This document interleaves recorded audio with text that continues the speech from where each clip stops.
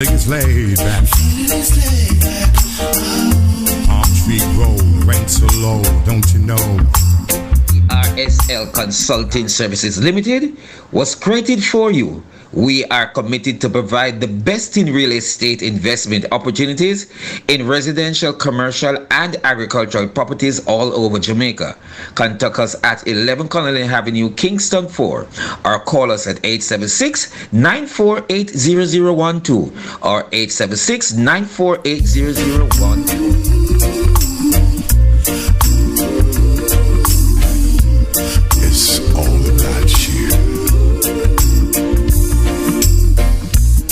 LA's fine and sunshine most of the time,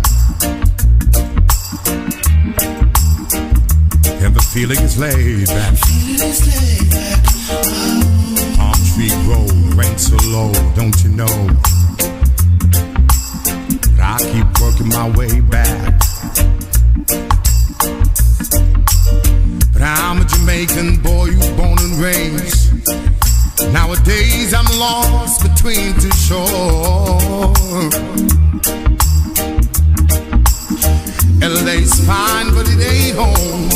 New York is home, but it ain't mine no more. I am myself to no one there, and no one heard at all, not even the chant. I am my pride, I am said and I am lost, and I can't even say why.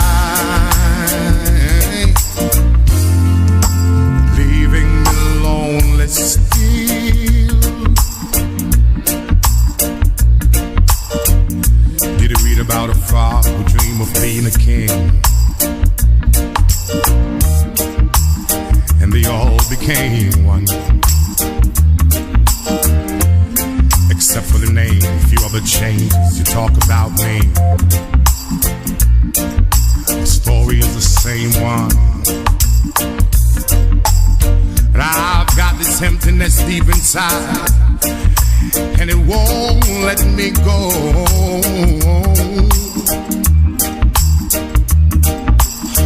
And I'm a man who don't like to swear, but I hate the sound of being alone. I am myself to no one there.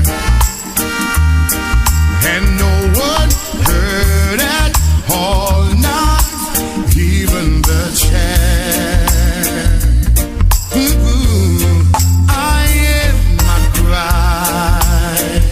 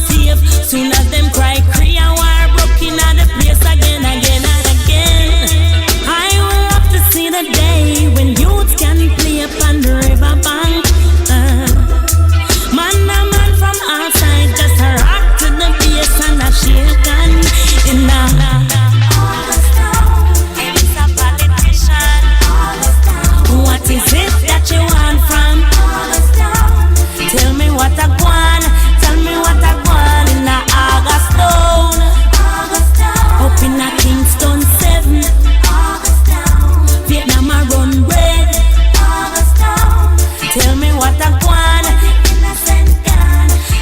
All of my people in the ghetto. Me need enough to live up. A sound of a string up. A build back my good vibes, feel alright. But if we continue to fight and I live in divide, Mr. Babylon can just take our lives, and there will be no more ghetto youths to shine. Shine them light, keep it bright. In August town, in Angola, August town, round the crusade, August town. Tell me what I want, August town, over the river, August town, over Bryson, August town. Tell me what I want, where the innocent gone, August town.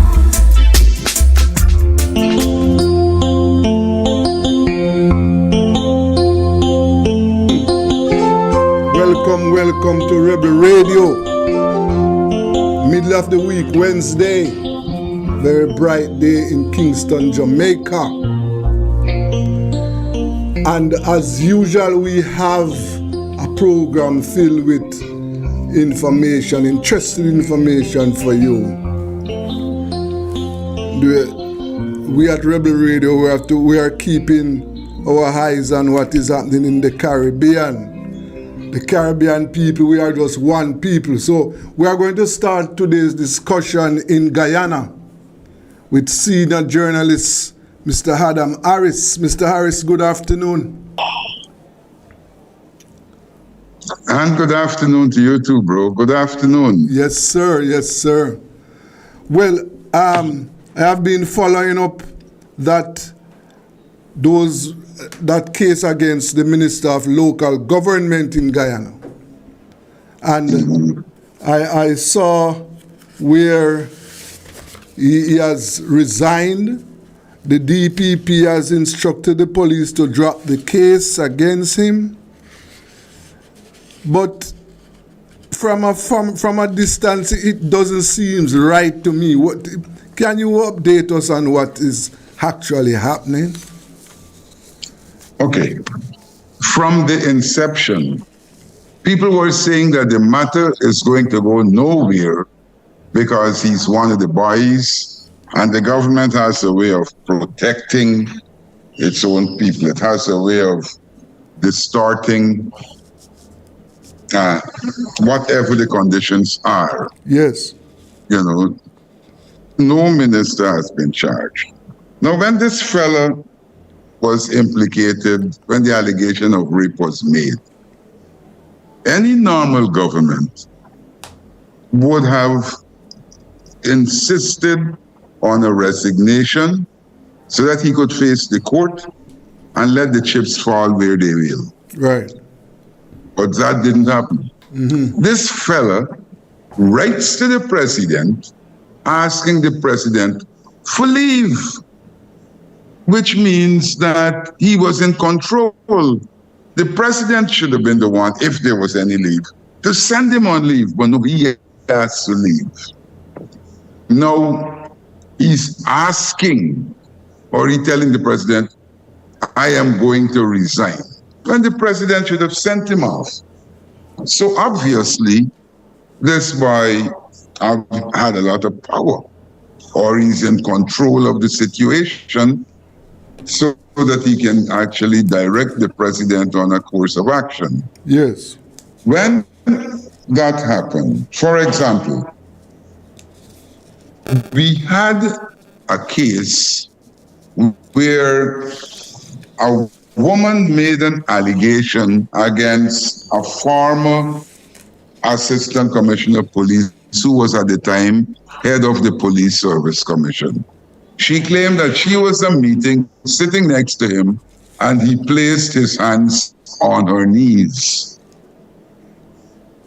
The DPP, and this happened 3 times, she said, so the DPP instructed the police to charge him on 3 counts of sexual assault. Now, this is just a single statement by a woman. No investigation, no nothing. Oh yeah, charge him. Yes. Okay. In this case, this girl gave a detailed statement, repeated the allegation over and over, went to the house where the rape happened, provided text messages that this man used to send to her. And the DPP talks about getting further evidence. That means that the system was there to protect him. The girl became frustrated.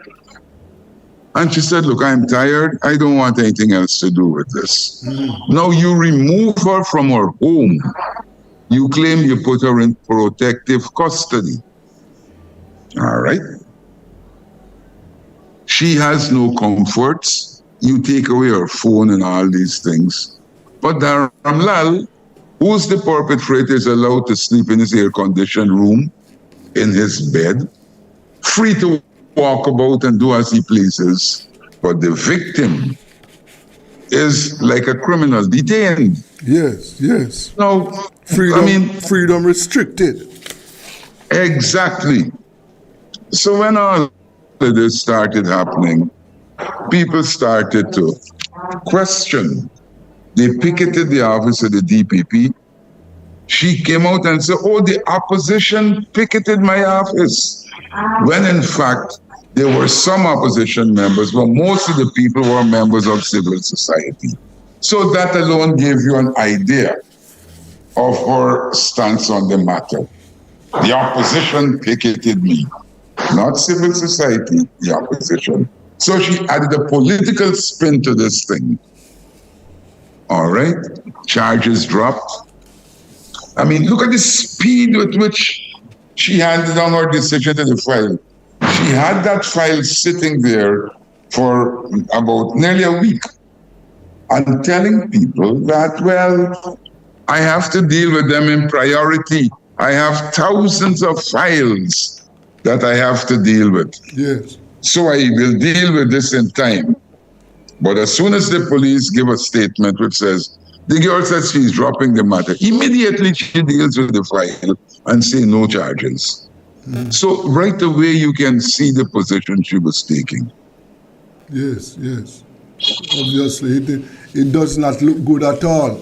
And you were telling me and that you were waiting to see if the DPP was going to, when the announcement came that the girl was asking to drop the case, you told me that you were waiting to see if the DPP was going to go ahead and press charges against the minister, but nothing.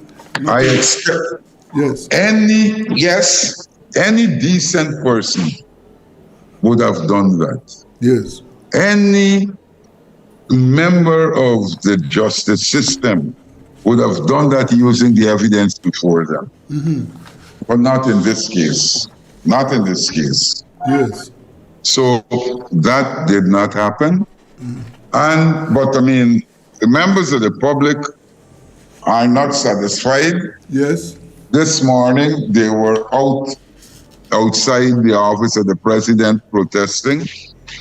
Tomorrow, I think it's tomorrow, U.S. Secretary of State Anthony Blinken is coming, and they intend to stage a protest there too.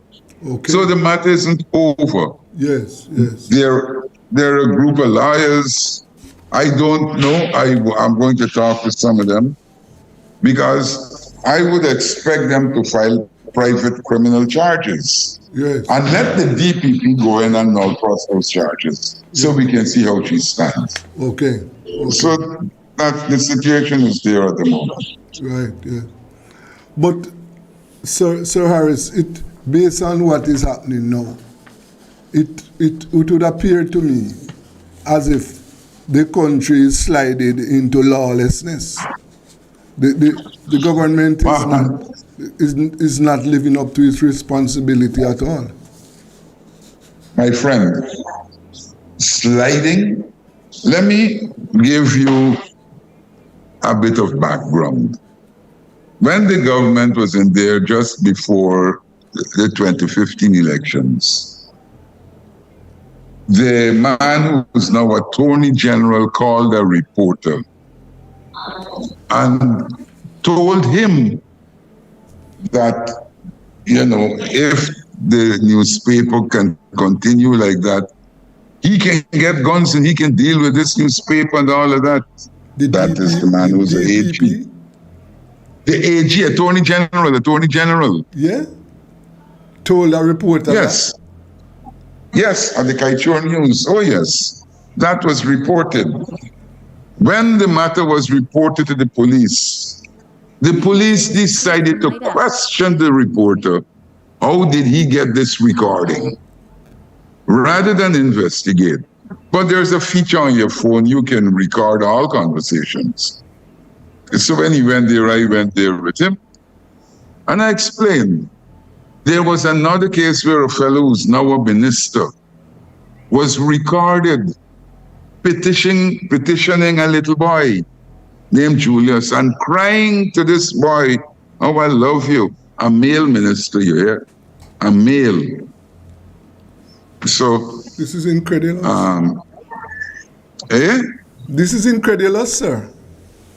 Man, I'm telling you, all of that information is there and the recording can be provided. We had other cases where, the government seems to have a way of embracing all the deviance in society. So when you say it seems to be sliding, man, we fell a long, long, long time ago. Yes. When things like this happen, you are like, what next? But not that we're going to sit down and ask what next, though. No, this is totally unbecoming of any government. The government is these hacks, these reports. Right. They are not in keeping with civilized government, how government is supposed to operate. Well, that's true. In a democracy? No. Well, I am telling you, what is interesting? The president was out there for the CARICOM press conference. And of course, the news of Guyana is traveling. Did he hold a press conference? I doubt it. I doubt that he was prepared to face the media out there. Yes.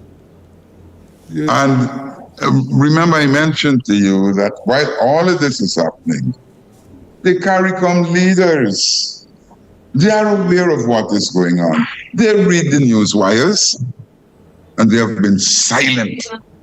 Very, very silent. Mm-hmm. Not one of them. And it would be interesting, perhaps, if a local reporter could ask Prime Minister Holness, if he's aware of what is going on. He might tell you that he doesn't want to meddle in the internal affairs of another state and all of that. Yes. But that's not meddling, that's commenting. Yes. I mean, the foreign diplomats in the 2020 elections, they were very vocal and all of that. They are silent in the face of all these things. Yes. What does that tell you? No, things are not pretty. Things are not right in Guyana at all. Right.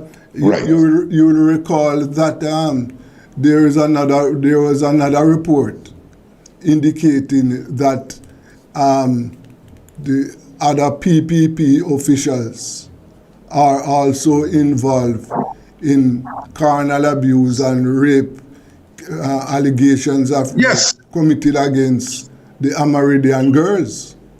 That's correct. And there has been no investigation. Yes. Some of the girls have come up. And you see, with this action by the DPP, because most of them are timid people, they saw nothing happen to this girl who stepped out, who spoke. They saw her being rejected by the system. They're not going to come forward anymore. Yes. So they could be victims of even more abuse. Yes, yes. This is a minority, the Amerindians is a minority group in the country. Yes, that is correct.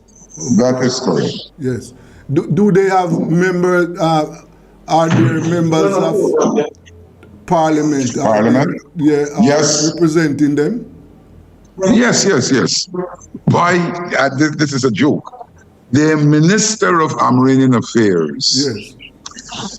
a lady named Pauline Sokai, in the face of the Damlal issue, said not a word.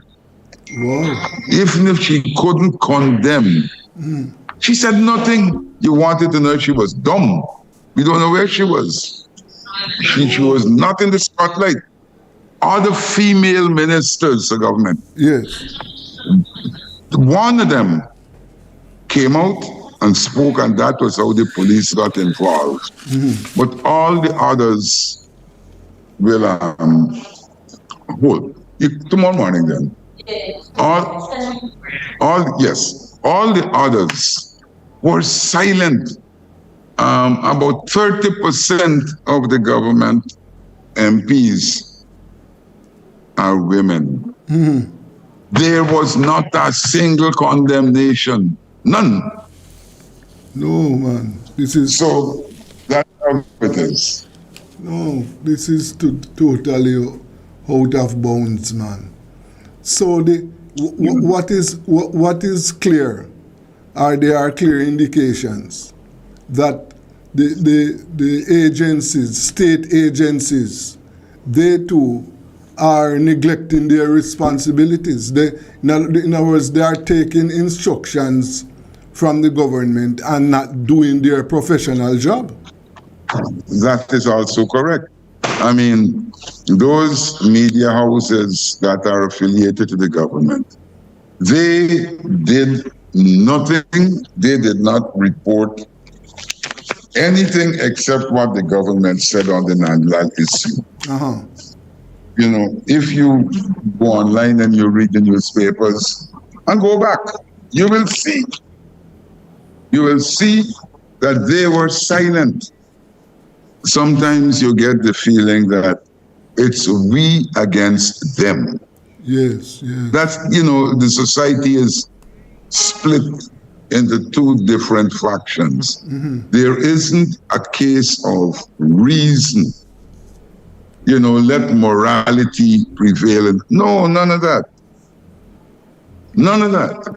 No, sir. No. This is I saw where an attorney, I think his name is Ford. Yes. As Roysdale Ford, yes. Yes. Has suggested that the relatives of the girl should initiate some private criminal action. Yes. Yes. I saw that. But you were telling me that you were telling me that there are lawyers in Guyana who are preparing themselves to do that. Yes. Okay. Yes. Let it go where it will. Yes. My brother, I mean, rape is never a nice experience for a woman. It can't be. For a girl, it's worse. Yes. Because she has to face her peers, her colleagues, her friends. She has to walk the gauntlet of this entire village in which she lives. And, we had one case not so long ago where he was a Hindu priest, raped a girl. She reported to the police. And because the Hindu priest was aligned to the government, they did little or nothing. The girl committed suicide. She killed herself. Wow. No, sir. No. But, Brother Harris, tell me, how credible is this information that the parent of the girl accepted a $10 million bribe from the minister? Extremely credible. And I'll tell you why. We are a people, we like to sue. I mean, somebody made a statement or call somebody a false name. I don't remember what we call false name in Jamaica. In English, it's a nickname. Yes, nickname. What's the Jamaican word for it? I think it's the same thing, nickname or false name. Aye, good. Yeah. Person run to the police, get the person arrested and went to court. When you got somebody who can do that, you think he's going to sit down and allow people to say that he paid $10 million when he didn't? First of all, that is admission of guilt. You don't think he would have gone to the lawyer? You don't think he would have gone to the courts? Well, exactly. That's an outrageous statement to accuse him of correct. Of bribing the parent of the Thank you. Complainant. Thank you. Yes. Thank you. But I haven't heard anything from him. Thank you very much. So does that answer your question? Yes, but there again, why that is important? If the parent accepted money, then the father did. The father did. The mother was with the daughter. Yes. The father did. Yes. Now you're talking about relatively poor people. Yes. 10 million Guyana dollars. The Jamaica exchange rate is what? 125 to what? 155 to the US dollar. 155 to the US dollar. Yes. And here we're 200 or something to the US dollar. So 10 million Guyana dollars would be about 8 million Jamaican dollars. Yes. No, for an ordinary poor man, that's a lot of money. Yes. So you can understand that, my brother. Okay. You can understand when he goes to the father and he says, you tell your daughter, back off, you take this. The man grabbed it, but the mother said, no, that's my daughter. And so that's the thing. So the pressure, but we must also look at it from the point of view that the father could also apply pressure to his daughter not to proceed with the case. The father could have done that, but the girl has other relatives. Yes. Who would have physically dealt with the father had he stepped too far out the line. Yes. He wouldn't have wanted that because the relatives would have been angry. Unless he was prepared to share the money around and then be left with little or nothing. No. He couldn't pressure anybody. He talked and talked. But the mother was not listening to him. Okay. Wasn't listening to him. Yes. So it from where you sit is that the father collected that money. And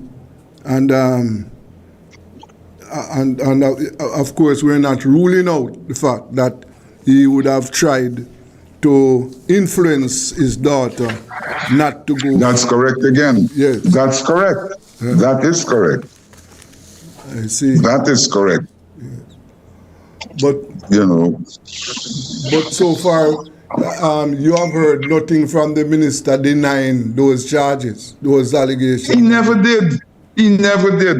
There was no denial. Mm-hmm. Nothing.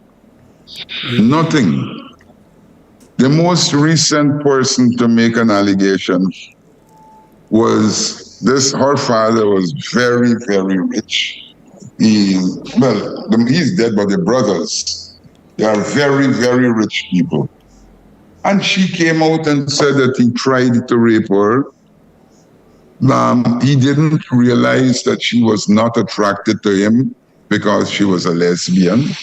She said all of that publicly, and that statement is there.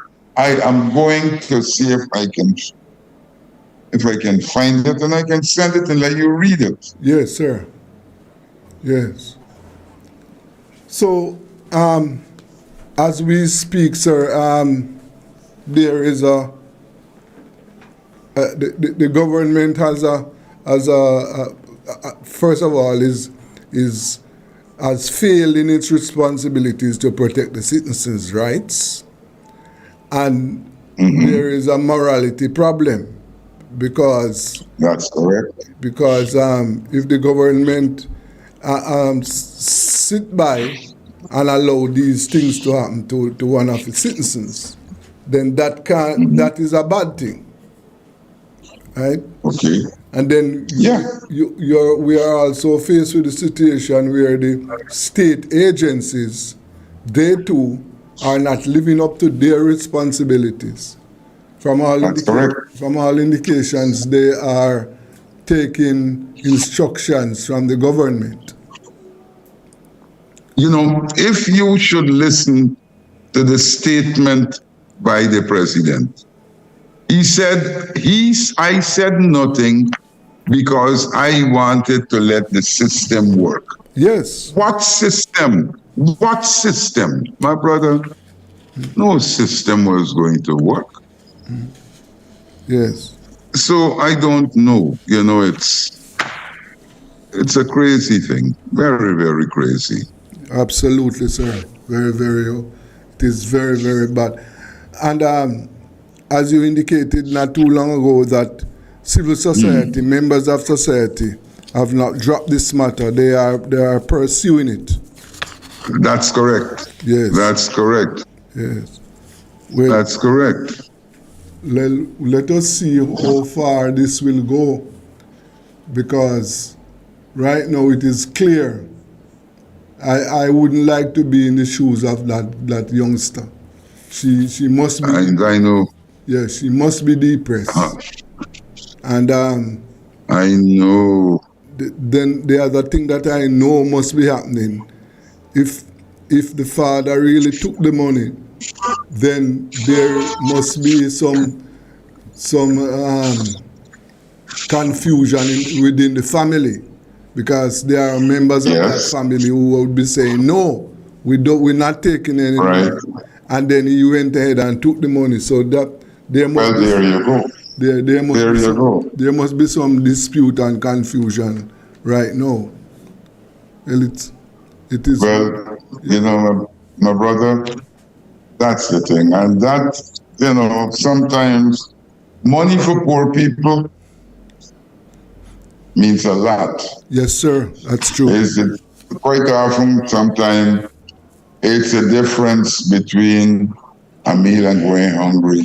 For some people with that kind of money, it's the ability to do things you dream you could have done.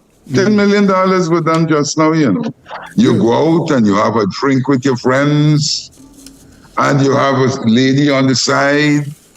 Before you know it, that money gonna be finished. Yes. Well, let us see how this thing work out, because it is one thing I know. Right. It is disgraceful. And well, we know that. Yes. And I remember. No, so what is going to happen now is that there's going to be a by-election for his No. The government has the authority, you know, to what you would say, to replace him, because for the elections you produce a list. So all they will have to do is go into that list. We have a system. We don't have the first past the post system. Oh. We have the PR where we don't vote for the candidate, we vote for a party.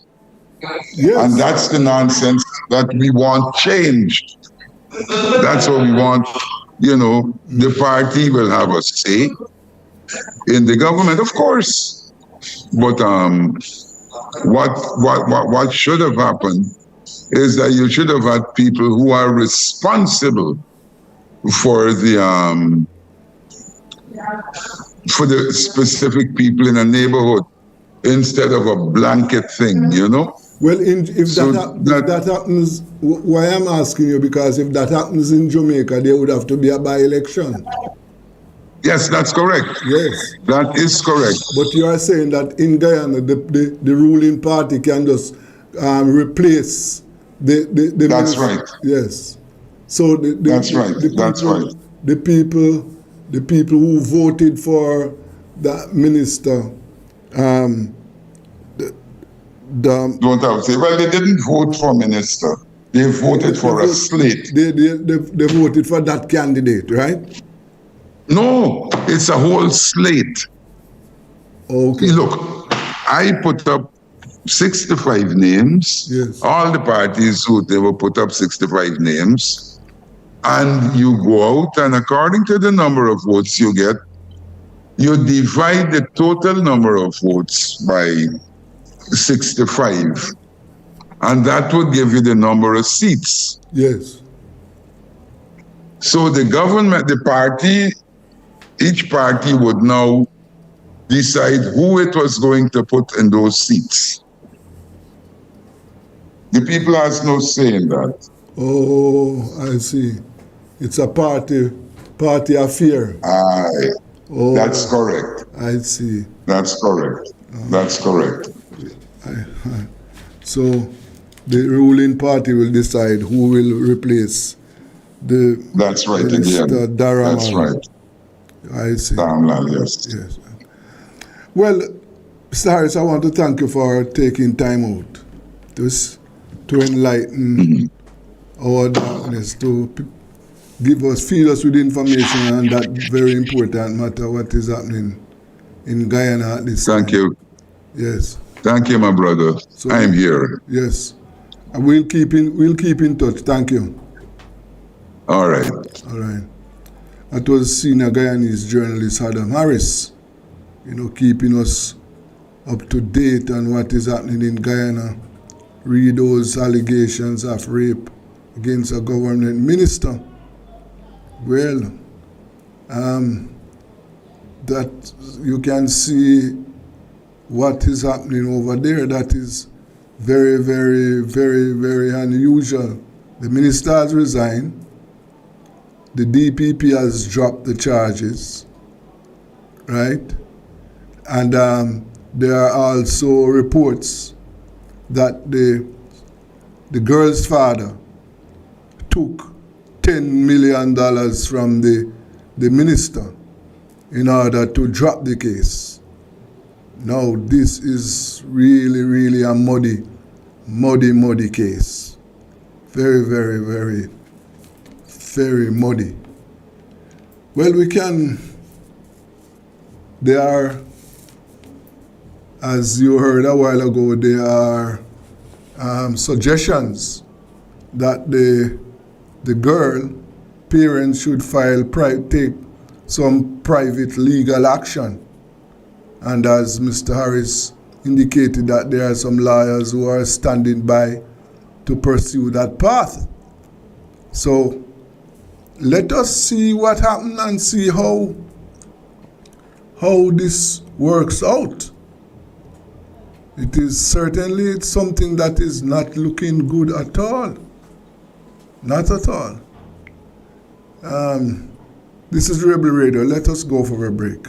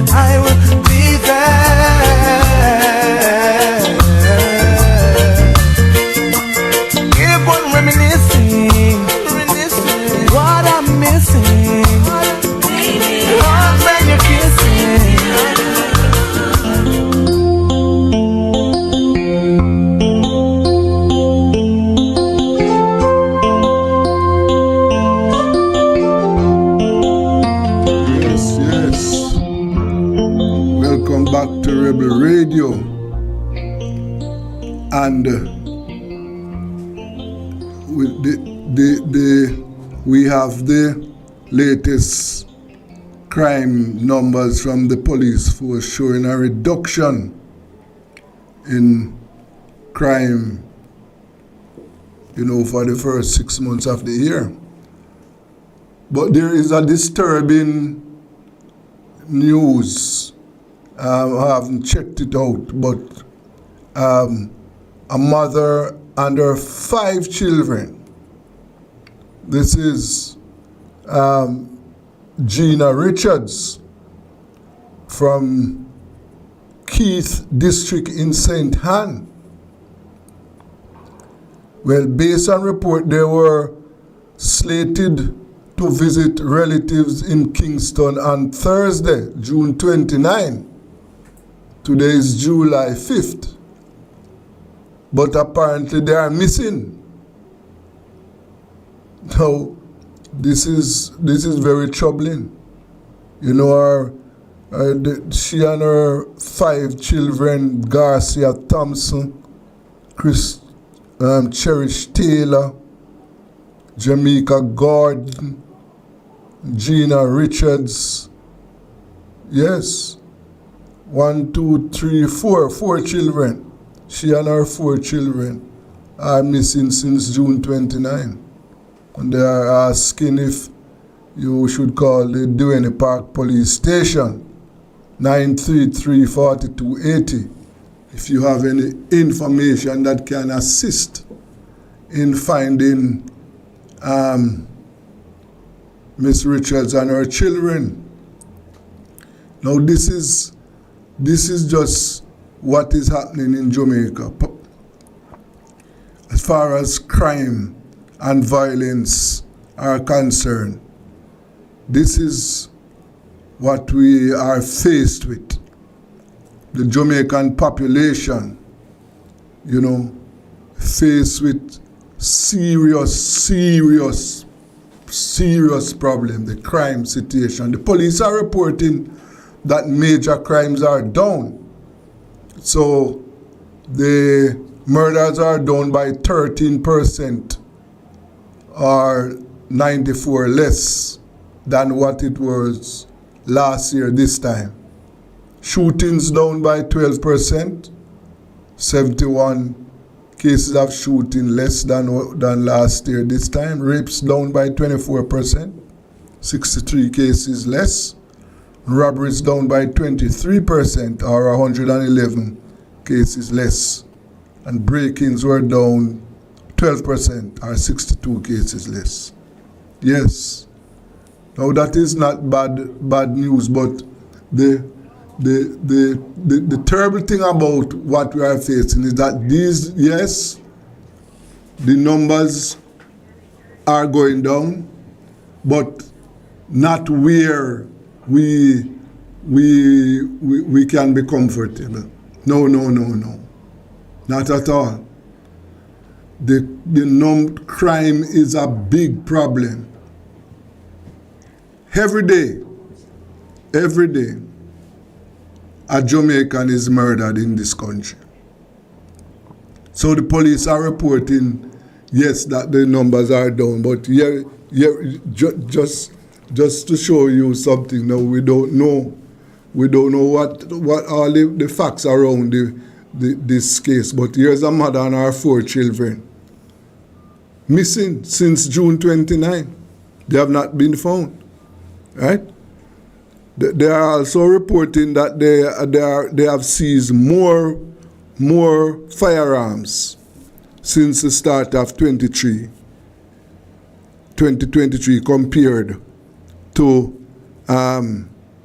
the same period last year. Police are saying over 300 illegal guns have been seized so far, and 556 persons arrested and charged under the new firearms legislation. 484 were charged. So, yes, the police are doing some work. They are doing some work. But we are still in the dark. Yes, we are. Crime and violence is at the throat of the Jamaican society. Right? At the rate at which killings are taking place in Jamaica right now, if we continue at this rate, even with the decline, there is going to be 1,000 murders, or probably just over 1,000 murders at the end of this year. No. It is unbearable. Situation is unbearable. Right?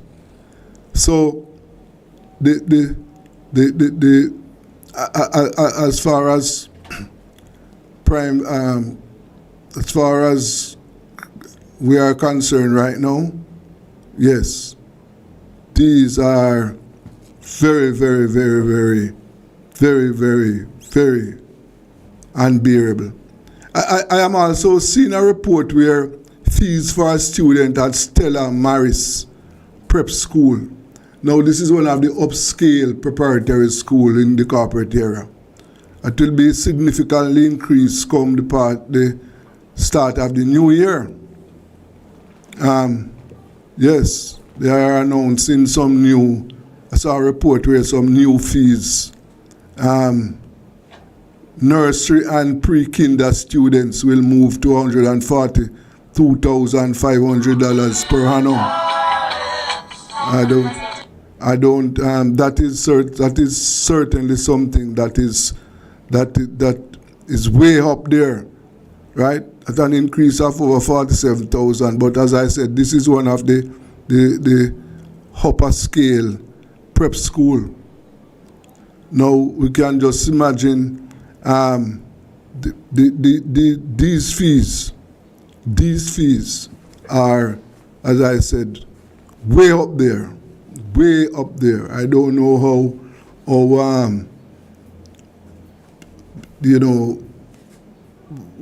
when we look across the board, the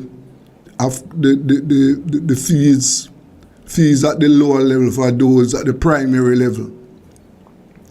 Well, there are no fees, but there are still monies that have to be paid annually, right? And with the state of the economy for many people, because we must not lose sight of the fact that yes, there is economic growth, but those at the bottom of the economic ladder are still having great challenges. And I can tell you that they are not going to disappear shortly. So let us see what is going to happen as we move along.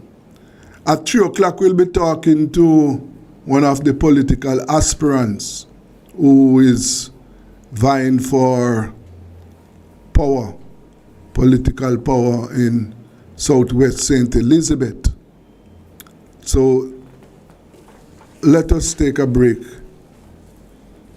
This is Rebel Radio.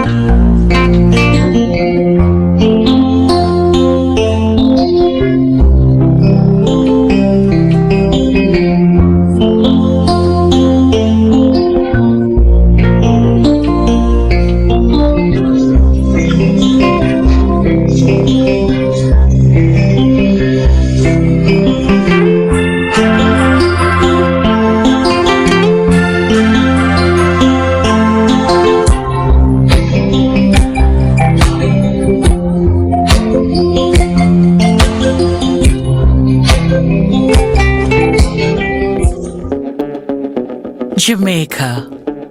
Best decision ever. Feel the sand between your toes and the gentle waves of the sea on your skin. Feel the warm Jamaican breeze lift your spirits and nourish your soul. Escape to exactly what makes your heart beat. You will love every moment. Jamaica, heartbeat of the world. Let's go. Ever wanted to share what you know about a crime, but were too afraid? At Crime Stop, we make it easy for you to report on crimes safely and 100% anonymously. All it takes is 4 simple steps. First, contact the tip line at 311 or visit www.crimestop.org or www.311tips.com. Then share what you know anonymously with one of our trained counselors. Any information related to criminal activity is accepted. We don't want to know your identity. We don't record calls or use star 69, and there is no way of tracing tips over the phone or online. You'll also be given a file number for your tip. Next, track the progress of your tip by calling our tip line at 311 and quoting your file number. Finally, if your tip leads to success, you will be eligible for a cash reward. Rewards will be paid out upon request through a trusted disbursement agency with verification process to ensure that your identity remains hidden. Share what you know anonymously. Contact Crime Stop today. RSL Consulting Services Limited was created for you. We are committed to provide the best in real estate investment opportunities in residential, commercial, and agricultural properties all over Jamaica. Contact us at 11 Connelly Avenue, Kingston 4, or call us at 876-948-0012 or 876-948-0014. Do it for your best life. Go check your HIV status. So keep your life trending, no pretending. Me I tell yourself you do it for you, do it for you. Every time you are link with a condom, could a husband, could a wife, could a be a random. Condom connect and protect your profile. Be your own fan. Do it for your best life. Do it for your best life. Don't put yourself at risk. Condom connect every time. Do it for your best life. Get your home ready for summer. Tools coming in hot pot. With a whole heap on your arrivals and specials. Everything for your bathroom, kitchen, living room. In fact, for every space. Porcelain tiles, ceramic tiles, windows, doors, and much more. We have it all. Savings, savings, savings. Come shop now. Big time sale at Tools Hardware. So come visit us at 279 Spanish Town Road, 4 South Camp Road, 8 Red Hills Road, or online at toolsja.com. Tools, the Lion King of Hardware. It's the Everybody Sale at New Budget Supplies. Do-it-yourself professionals and contractors. This is the sale for you. Lumber, steel, dress and form ply, water tanks, pumps, PVC pipes and fittings, toilets, bathtubs, vanities and basins, windows, paint, doors, floor and wall tiles, thin sets and grout. Up to 20% off selected items. 195 Hagleyburg Road. Telephone 923-4560. New Budget Supplies. Always the best prices.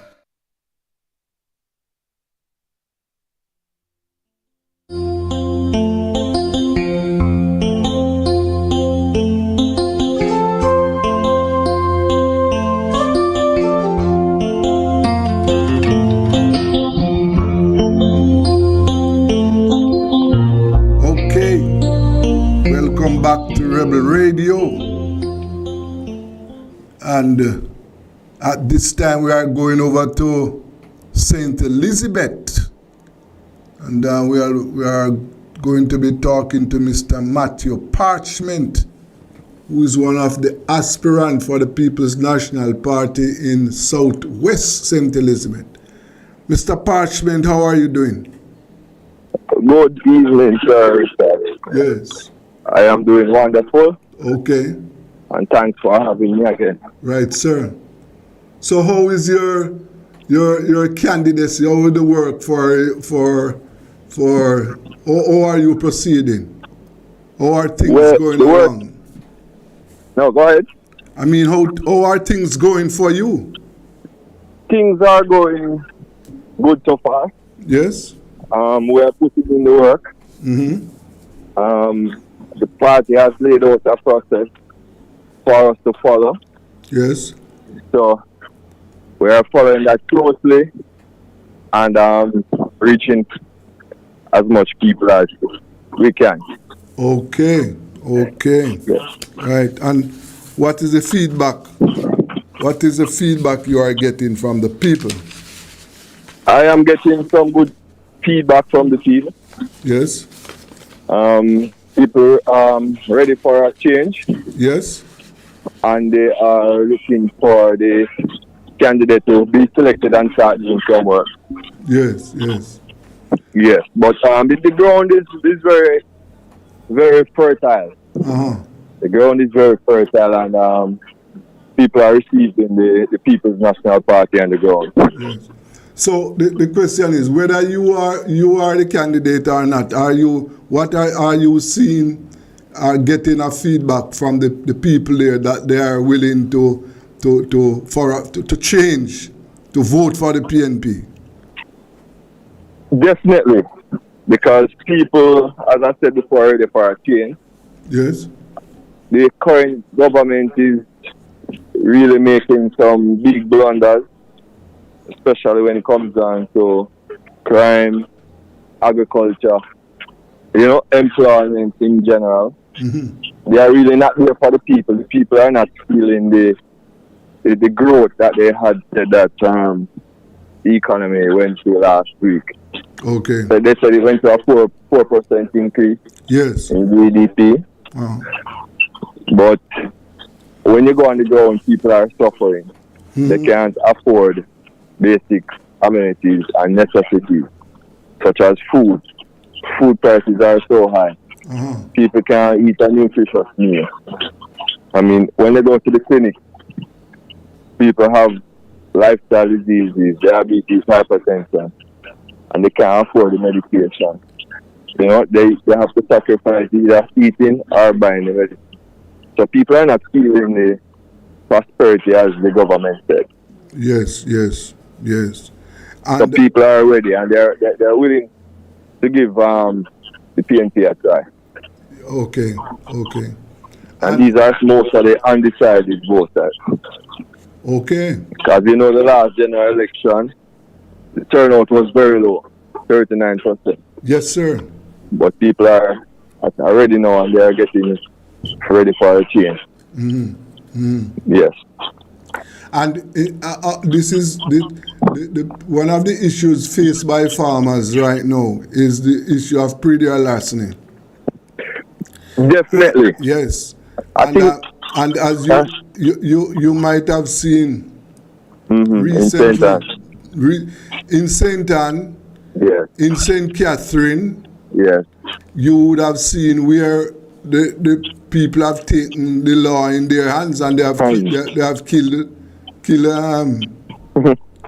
potential people who are accused of stealing their livestock. Yes. It's a serious issue. Yes, that's a very serious issue. I mean, I'm not sure what led to that local jungle justice. I don't know the full details. Right. But sometimes it can be dangerous because you don't have somebody bought the cow, bought the goat, or if them really seek it. So I think as a country and as a law-abiding nation, we should really take measures, especially the JCS. Yes, take measures to prevent acts like those. Yes, because and to protect the farmers as well. Yeah, because it's a real problem facing the predial larceny situation. Is a $6 billion problem we're facing. Serious problem. My father was a goat and sheep farmer. Yes. And he has lost many to thieves. So I know exactly what you are talking about. Yeah. And I know exactly what the farmers are going through. Because it's not cheap and it's labor intensive and time consuming to rear your goats and cows for over a year and then just lose it like that. Yes, sir. Nothing in return. It is not nice. No. A farmer was telling me last week that airdrome, at an airdrome in St. Elizabeth, that goat thieves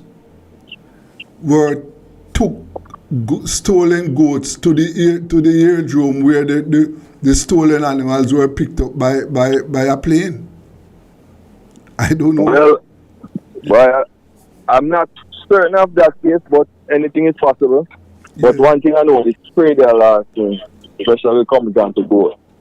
It's a big business. Yes. Really big business. So it's quite lucrative. Mm-hmm. So I think we really have to step towards it to help and prevent these spray their last. Yes, sir. It is certainly out of control. And it is part of our crime problem. Right? Yes. Serious thing, because the society is, what we say is gone. Yes, sir. Nobody wants to work anymore.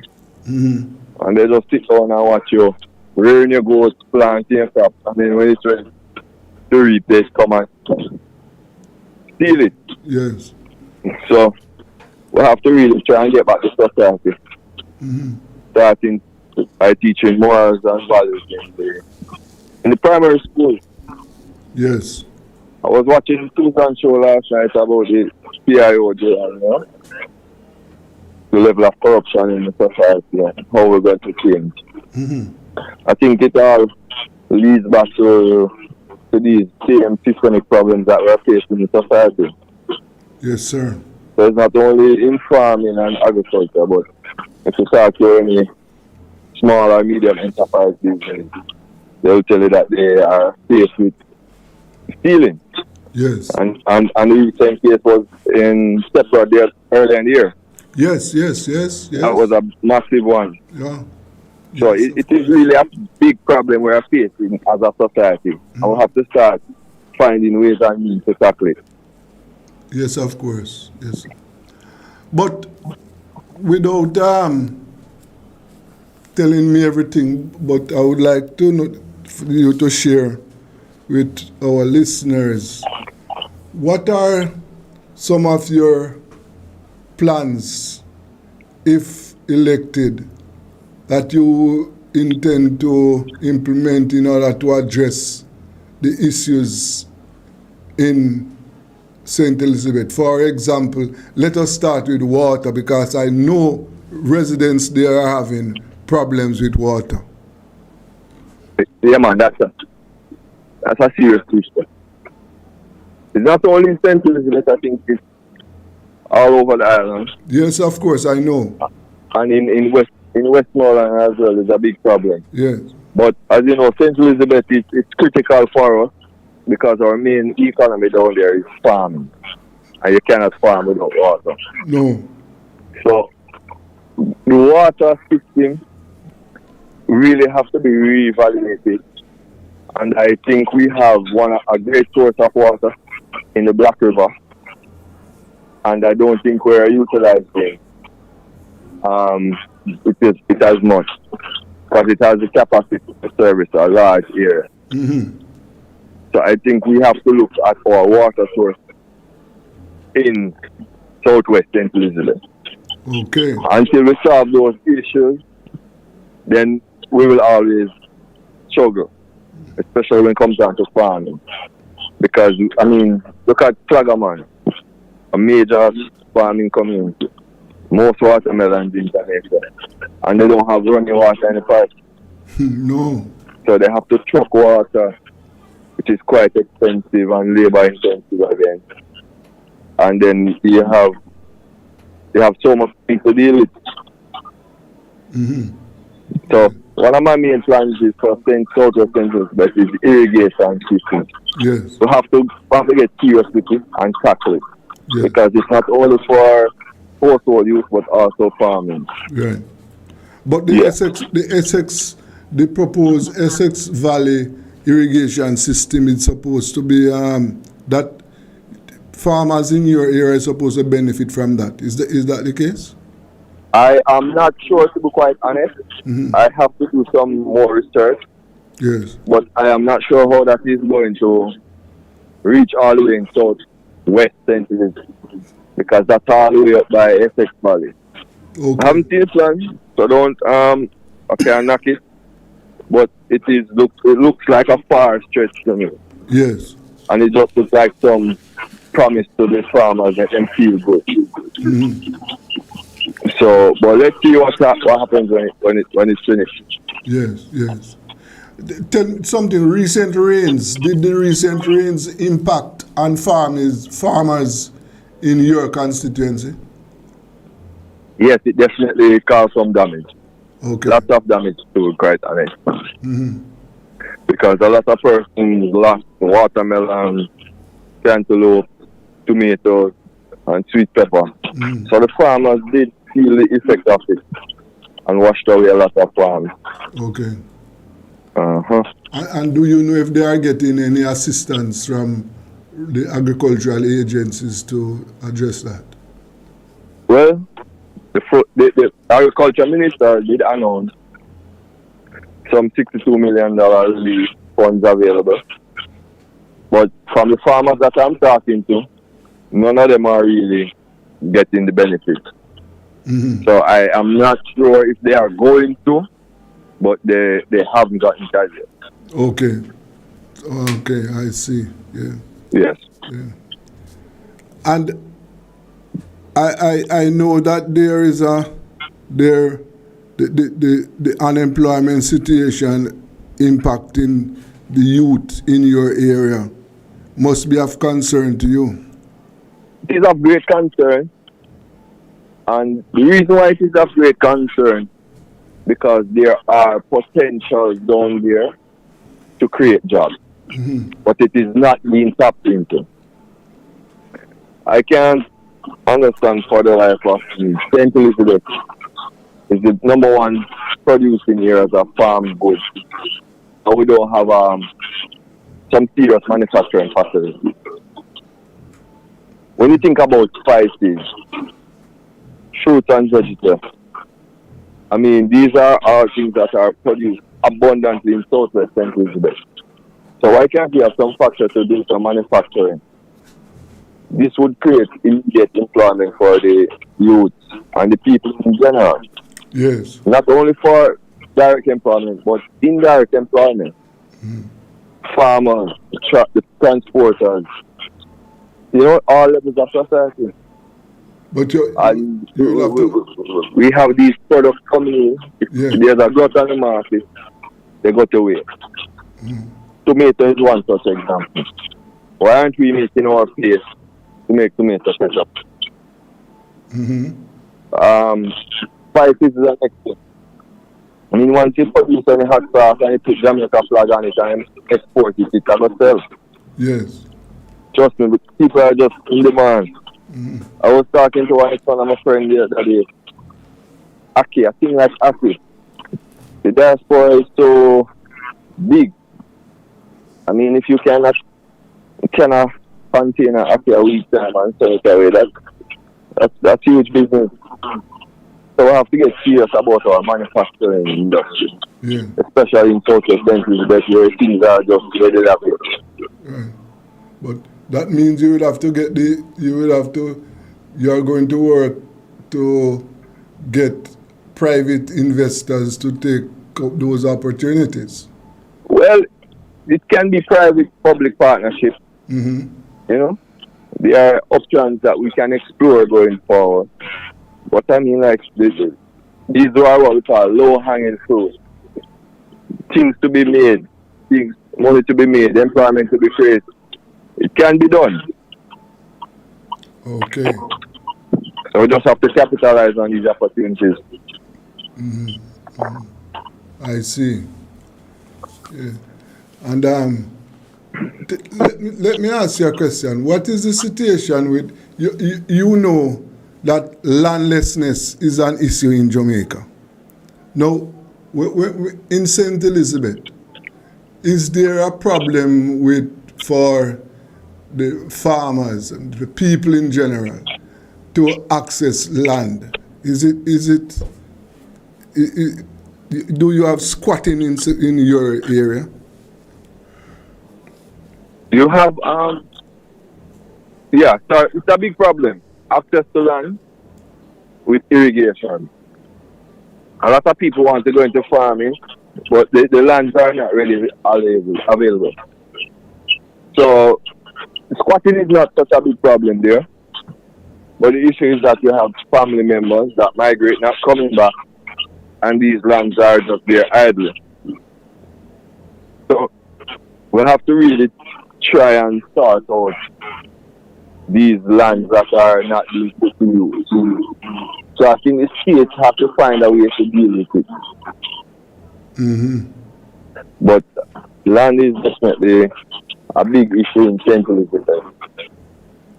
Especially for, that's one thing areas that I've identified, land for young people, because some are interested in farming, but they don't have access to the land. And definitely they can't afford it. Yes. Yes. Yes. So that is a problem. Big problem. Yes, sir. And of course, I also see where St. Elizabeth over many years, and I can attest to this. St. Elizabeth was not part of what we call a crime area in Jamaica. But I observed that in recent times, St. Elizabeth is becoming a place where criminals are roaming. Oh. Yes. Big problem. Yes. I remember when I used to go UA and come back home, I used to just leave a house open and go to the beach. Yes. And, you'll be fine. You don't have to worry about anything. I tried it the other day, mistakenly left the house open, and my father asked me if I was mad. Said, what you doing? You want to lose everything? Yes. So, I was saying, I can't believe that this is the sentence that I grew up, and this is how it is now. Mm-hmm. And looking at it, where I'm from in Treasure Beach, Great Bay to be specific, there are lots of break-ins in the guest house. And, the operators of these guest houses are having some serious issues when it comes down to these break-ins, because the guests are not feeling safe, and they have built a reputation of safety, and people always come back. Right. They have a lot of return guests. So we have to try and find a way to tackle this crime. And again, I have to not the government. What they are doing is they are creating these, whatever they call them, those SOE. So they create them in Westmoreland and St. James. The criminals are just migrating. And what happens, St. Elizabeth is very accommodating. The people are very friendly. And they come there and they stay. And nobody is actually, they don't know the people and they don't want to report anything. And they come and set up shop in the community. Mm-hmm. And really and truly, some of them are criminals. Wow. Look at the recent jailbreak. Yes. We don't hear anything about that again. When I look at the address of some of these persons that were a part of the jailbreak, quite a few of them don't have St. Elizabeth address. No. So it is really a concern. Yes. So these people are in Black River, I think from Manchester, Clarendon, St. James, and not from St. Elizabeth. No. These are people that are migrated because of the SOE. Yes. So the government really needs to cover that crime plan. The criminals are just migrating all over. The more people coming to. Mm-hmm. Yes, man. And that must be of concern. It's a serious concern, man. Yes. Serious concern. I don't feel so safe in St. Elizabeth again. Yes. Even friends that tell me why when them go shop or go drink, them have to look out. Yes. Yes, because bar robberies and everything. Yes, that I see where that is on the increase down there too. Yes, and man. shootings. And shootings. Yes. Recently in Black River, about 2 weeks ago, a young man died from gunshot. Mm-hmm. And you know, St. Elizabeth people work hard industrial, but they also like to have a drink when they finish working in the evening. Yes, sir. That's just the lifestyle, that's just the way of life in St. Elizabeth, especially for the farmers. Uh-huh. Wake up early, go to the farm, 5 o'clock, you finish by 1, 2, wash up and go out in the evening to have a drink. Right. But they are not feeling safe anymore. No, and that must be of concern to the people. Great concern. Yes, man. Yes. How are the roads in your constituency? Terrible. Yes? Yeah, man, the roads are terrible. And it's sad. Because on a weekly basis, farmers have to transport their goods on these roads. So, from post-harvest village, goods being crushed and wasted. It's terrible. Mm-hmm. You have a stretch from Southfield to where we call Charleston. Yes. It's terrible. That includes Seaview, Fragaman. So that's the main thoroughfare to go to Kingston. Mm-hmm. That road is very bad. They're talking about from what we call Fuller's Road, go straight back to Black River. Mm-hmm. That little stretch here, this is life and vineyard, but not to mention some of the interior communities now. Their roads are not being serviced. Yes. We're talking about the Hope Well, the Ponside, the Parati, Life itself. Those roads are terrible. Matter of fact, a few weeks ago, they protested in Life. Mm-hmm. Yeah, man, the roads are bad. Wow. Very bad. Oh, so you have your hands, Mr. Parchment, your hands are filled. Very much so. Mm-hmm. Very much so. Yes. Because, I mean, people are looking for hope, but I don't think they are getting. And that's why they say they want a change. Mm-hmm. Yes. I see. The incumbent member of parliament is not satisfying their needs. No, definitely not. Yeah, but I find that strange because he's a St. Elizabeth man. Yeah, he's a St. Elizabeth man. Yes. But he's not from Southwest. Mm-hmm. He's from Southeast. Yes. So he really don't understand the issues that these farmers are facing. And they complain to me about it daily because I am into farming and stuff. Uh-huh. And I see them, I interact and meet with them. And they said they're quite disappointed in him. Wow. That's not good. So he might have a good national profile, but on the ground it's different.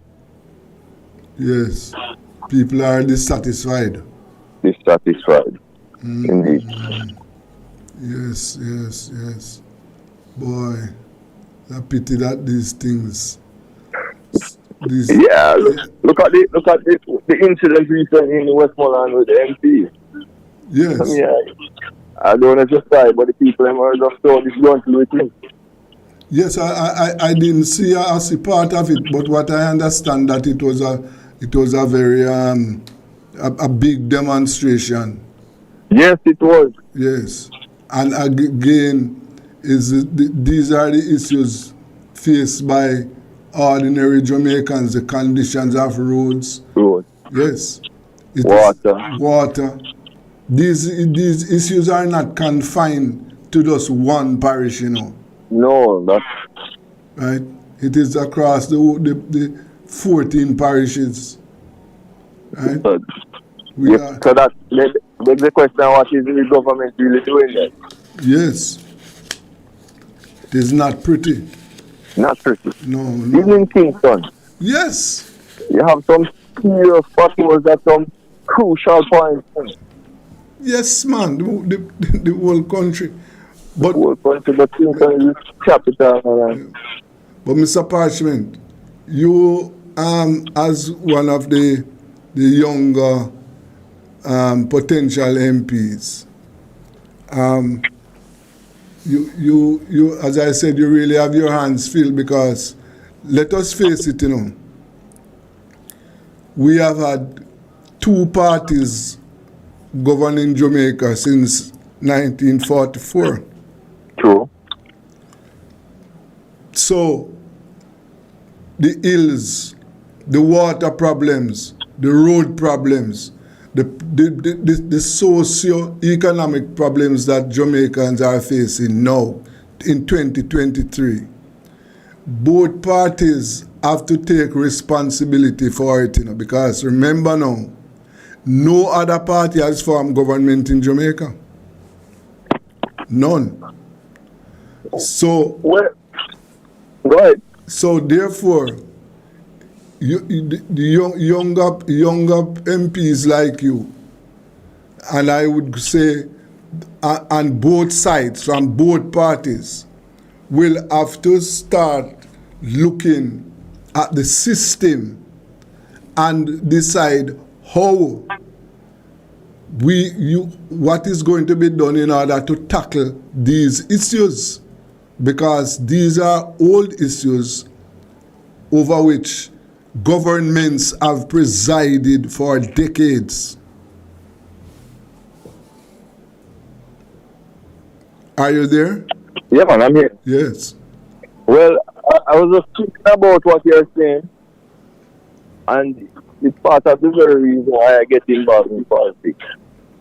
Because I was really reading with some of my university friends, especially the millennials, our generation. We were saying that we are apolitical, we don't business with politics, because we see it as a system that is corrupt, a system that is set, a system that we can't change. But if we have that mindset, how do we expect change to happen? So you are correct, both parties have governed Jamaica since adult suffrage. But things and times have changed. Yes, sir. And I've realized that a lot of the political systems and the way of doing things are the same from way back then until now. And so change is hard to come by, and you have to really push it and fight for it. So if you notice recently now, one of the People's National Party constitutional rules were amended, and that is to select a leader, or a challenge can only be mounted against a leader every 2 years. Yes. So things can be changed, and we as young people coming in have to find out the system and understand it and know what works best for the people. Yes, sir. Because, I mean, it can't continue this way. No. They always compare our economy to Singapore. And we're at the same stage, I think that's in 1962. Yes. I think the change has come from the top. We can't be doing the same thing as leaders and expect different results. No, it can't work. Can't work. So. Because, for example, you mentioned it earlier on, 38% of the people voted in the last election. Yes. And when you, over the years, this number has been declining. It's not, the 38 is the lowest, but what I want you to understand, the decline has been happening over years, it's over a period. The numbers have been dropping. And one of the things, when you talk to the people, one of the things that you get from them, that unfulfilled promises, in other words, they have lost faith in the political system. Yes. Now, what will happen if we continue to have these decline? Is that yes, 20% will vote, but they will elect a government. Remember that? Yes. Now, what we need to do, how are we going to restore what must be done to restore faith in the political system so that people have faith in the political system. And it is one of the solution I see to that is performance, delivery, the delivery of goods and services. So, for example, getting roads, getting good medical supplies, medical services to the people, making it easier for people to access water. Those are basic things of life. Young people, young politicians like you must take those as part of your agenda and work on them, because we cannot continue with how we are operating now. I am in total agreement with you. Yes. Because it's a performance of the MPs, as you said. Because politics might have a national profile, but it's local. Of course it is local. Because during my campaigning, I meet quite a few professionals, teachers, police, firemen, Yes. small business owners, and those are the people that we want to attract to vote. But when they talk to them I say, "What may I vote for?" The roads them bad, we don't have water and everything. Yes. So it's like they don't see no reason to vote. And as you said, we really have to make MP roles performance-based. They really should have a job description. And if they are not performing, then we have to find a way to change up the system. So I'm in total agreement with you. Yeah. If people are not seeing the benefits of having an MP, they're not going to be enthused to vote. No. So people need the basic amenities. And that is especially true for St. Elizabeth. Yes. The farmers are hard workers, industrious people. All they want is road, light, and access to water. Yes. Good hospital system. When they go here, if they sick, they can get through. Yes, sir. And they don't have to worry if they're going to die. Right. So, I am in total agreement with you. Yes, yes.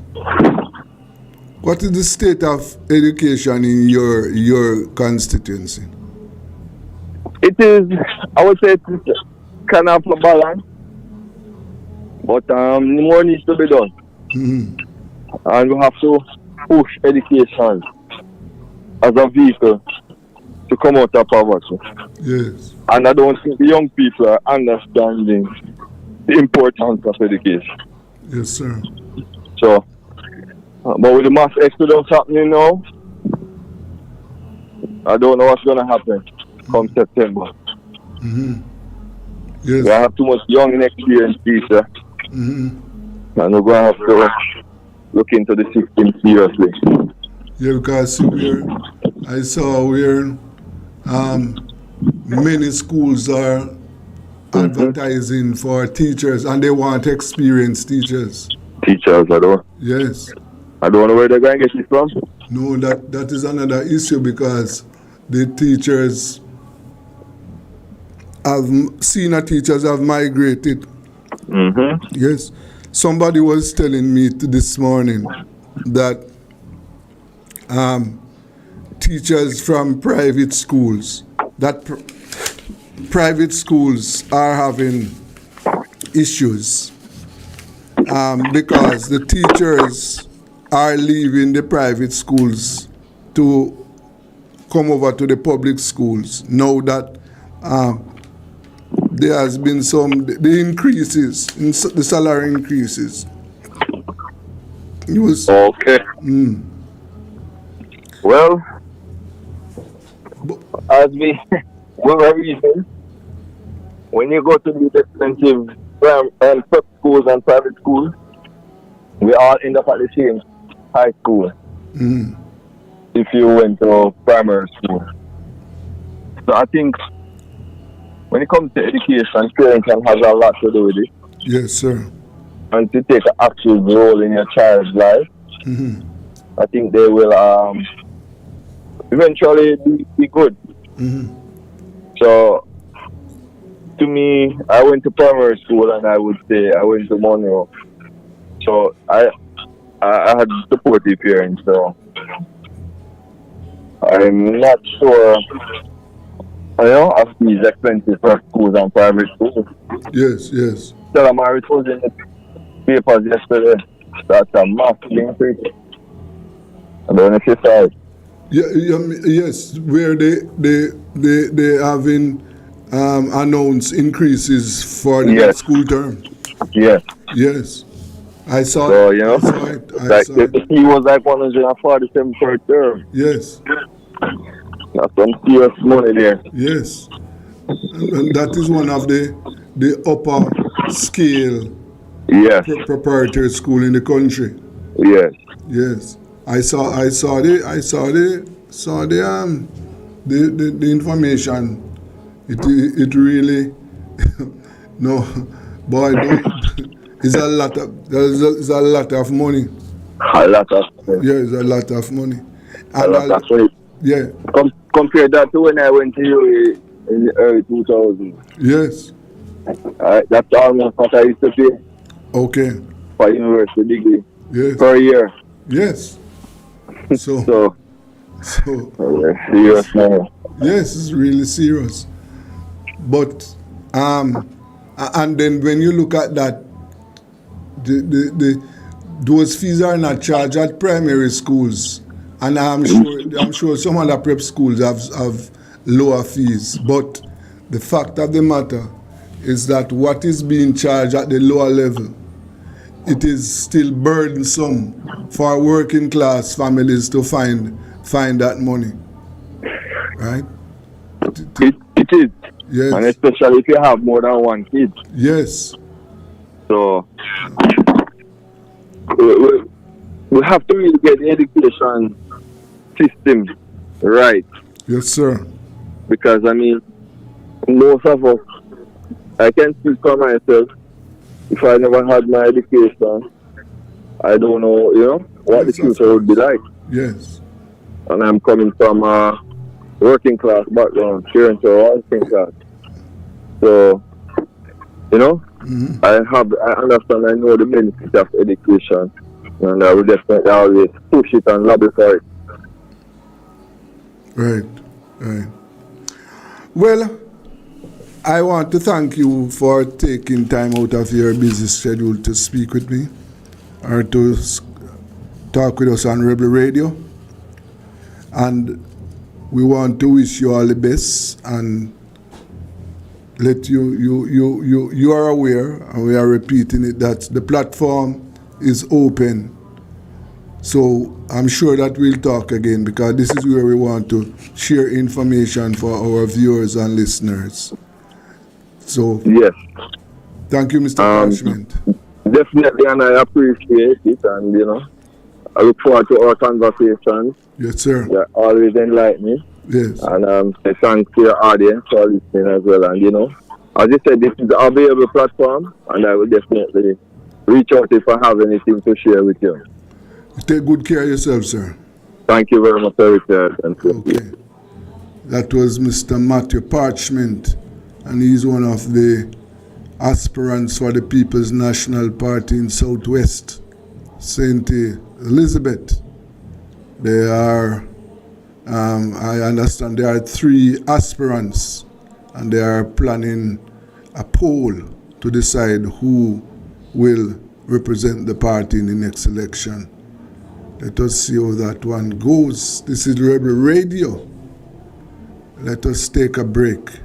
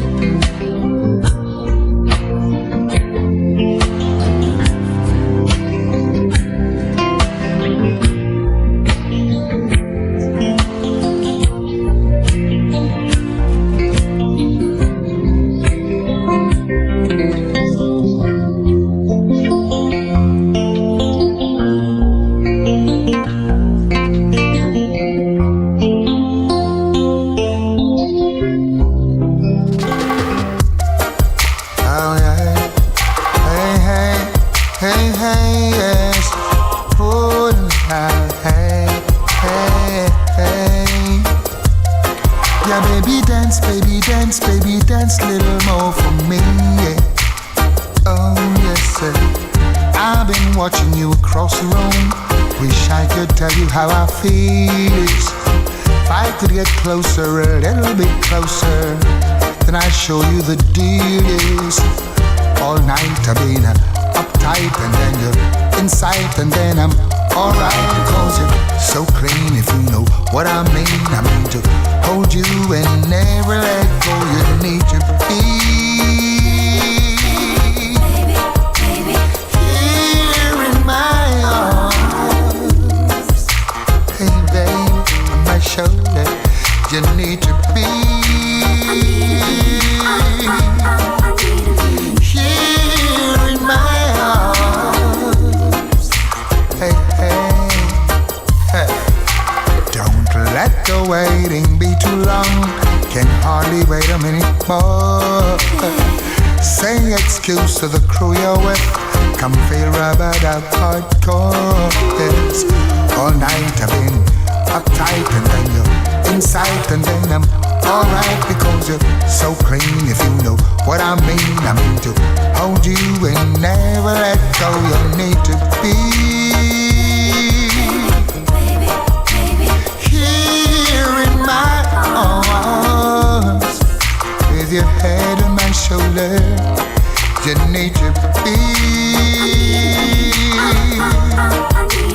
here in my arms. Yeah, yes. Dance for the woman. And we dance, yeah, in the meantime. Dance for me, woman.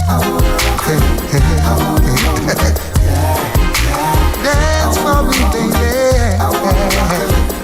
Do it like I'd love you to do. Dance for me, baby. Oh, yeah. A work of art, that's what you are. Any which way your body turns. Picasso, Michelangelo would war as to which one should own, yeah. Fulfilling what your body gave, yeah. It's enticing and not surprising that you're so clean. If you know what I mean to hold you and never let go. You need to be here in my arms. Special lady, you need to be here in my arms. Rock me like that, baby. Dance for me, woman, dance. Oh yeah. Take me out of my world, put me into yours, yes. Hey babe, I want you to dance, baby. Dance, baby. Dance for me, yes. I love you like that. Yes, you love me like this, Paris. Now listen what them say, yeah, yeah. Now listen to them there, yeah, yeah. Now follow what them say. Them we say you out and make poverty get wet. Sure. Free, poor people be free. In every community, we burn this unity, burn this honesty. Poor people be free. Shed some light with clarity. I'ma tell them say the crime it caused by the poverty. Watch out. Forward we going and we non-stop. Up it up, get on youths cause we non-drop. None of them we sell out because them want spot. Them no feel to eat your food like them a chop. Done, arms house we done, poor house we done, court house we done, jail house we done, dead house we done, arms house we done, poor house we done. See that? The youth them want a brighter way, and the youth them want a brighter day. Babylon them just a fight away. Tell them free your poor people right away. Them run your water and your light away. Injustice take away your rights away. Then them send me so then to take your life away. It's like them want say night and day. That one your name. Forward me going and me non-stop. Up it up.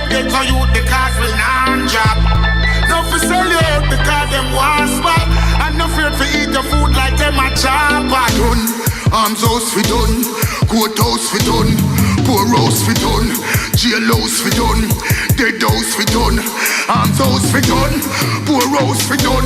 They use them progressive, Babylon possessive. Them fight reggae music as a hit a carry the message. Music alone shall teach them the lessons. Rastafari give us the glory and the blessings. So me say free, poor people feel free. In every community, we born in this unity. We born dishonesty. We born partiality. We want equality. So shed some light with a lot of clarity. Alright, so me go so yo. Forward we go, we now we not stop. Up it up, get to youth because we not drop. No for them we sell you out because them want spot. And no afraid to eat your food like them a chop at. Forward we go, we now we not stop. Me say pump up the rhythm, make it one clap. And no worry about it, but me say up and worry about me say this and me say that. Now one you now listen what them say, yeah, yeah. Now listen to them there, yeah, yeah. Now follow what them there, 'cause them will sell you out and make poverty get where, yeah. How for you them carry gun, go lock up in a Babylon. What is you man? Tell me. Up in a Kingston 7, Vietnam a run red. Tell me what I want, tell me what I want. Stay in a milling pool, in a the river bed. String up big sound and a whole amaze. Watching the youth them play, happy smiles on them face. Fish a fry, pot a rice, everybody feel nice. Then all of a sudden, a police fire that man a run, you to run. Some of them a get flat. Everybody fun just done party crash in a Augustone. The man them ain't no level. Up in a Kingston 7. Tell me what I want, tell me what I want in a Augustone. It used to be a merry place. Peace and joy was the story by my granny face. No come down, no safe. Soon as them cry, Korea war broke in the place again, again and again. I will love to see the day when youth can play upon the river bank. Man from outside just a rock to the bass and a shaken.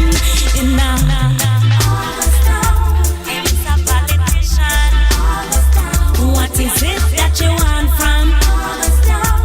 Tell me what I want, tell me what I want in a Augustone. Up in a Kingston 7, Vietnam a run red. Tell me what I want, all the people in the ghetto. Me need enough to live up, live up, live up, live up. A sound of a string up, string up, string up, string up. A build back my good vibes, feel alright. But if we continue to fight and live in divide, Mr. Babylon can just take our lives, and there will be no more ghetto youth to shine. Shine them light, keep it bright. In a Augustone, in Angola, round the crusade. Tell me what I want, tell me what I want. Augustone, over the river.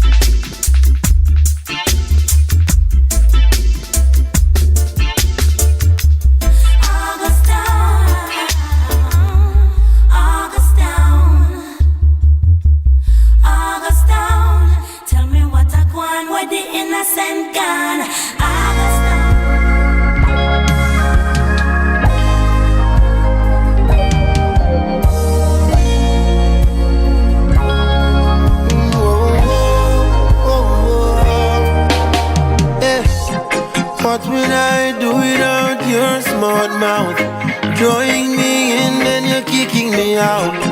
Got my head spinning, no kidding, I can't pin you down.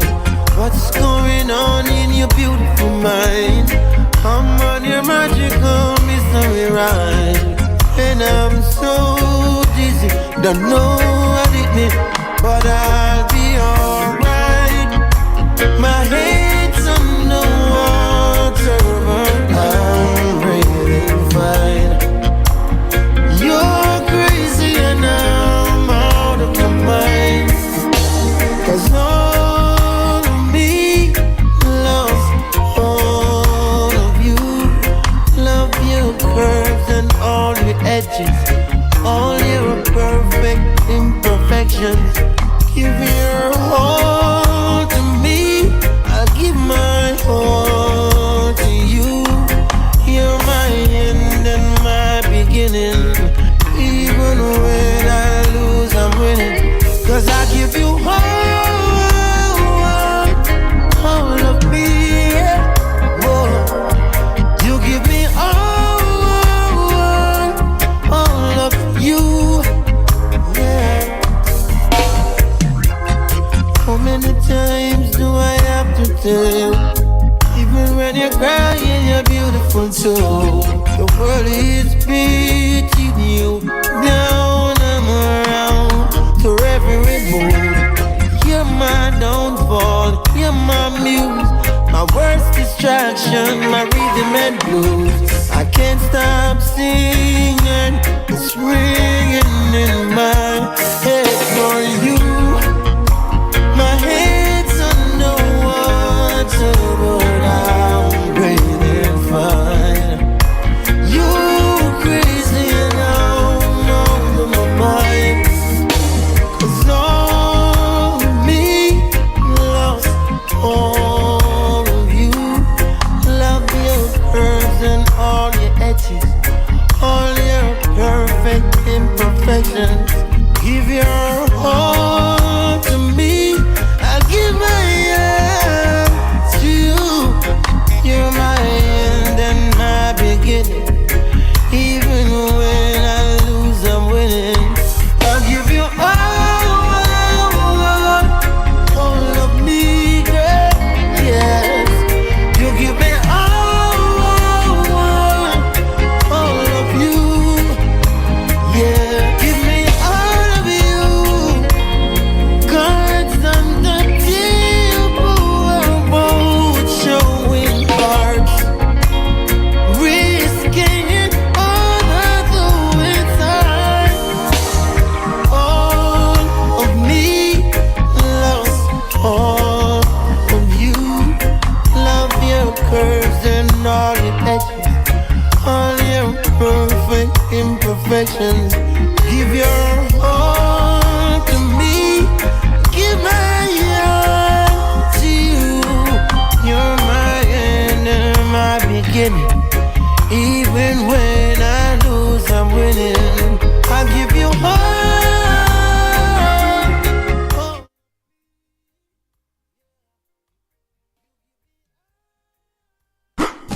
It's the Everybody Sale at New Budget Supplies. Do-it-yourself professionals and contractors. This is the sale for you. Lumber, steel, dress and form ply, water tanks, pumps, PVC pipes and fittings, toilets, bathtubs, vanities and basins, windows, paint, doors, floor and wall tiles, thin sets and grout. Up to 20% off selected items. 195 Hagleyburg Road. Telephone 923-4560. New Budget Supplies. Always the best prices.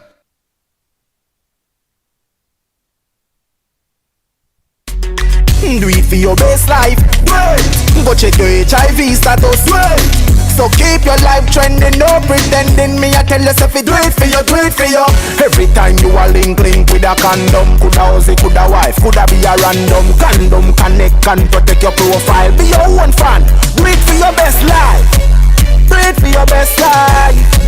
Don't put yourself at risk. Condom connect every time. Do it for your best life.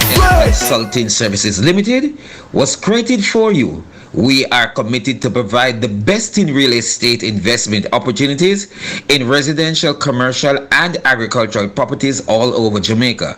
Contact us at 11 Connolly Avenue, Kingston 4, or call us at 876-948-0012 or 876-948-0014. Get your home ready for summer! Tools coming in hot. With a whole heap on your arrivals and specials! Everything for your bathroom, kitchen, living room. In fact, for every space. Porcelain tiles, ceramic tiles. Windows, doors, and much more. We have it all! Saving! Home shop now! Big time sale at Tools Hardware! So, come visit us at 279 Spanish Town Road, 4 South Camp Road, 8 Red Hills Road. Or online at toolsja.com. Tools! The Lion King of Hardware!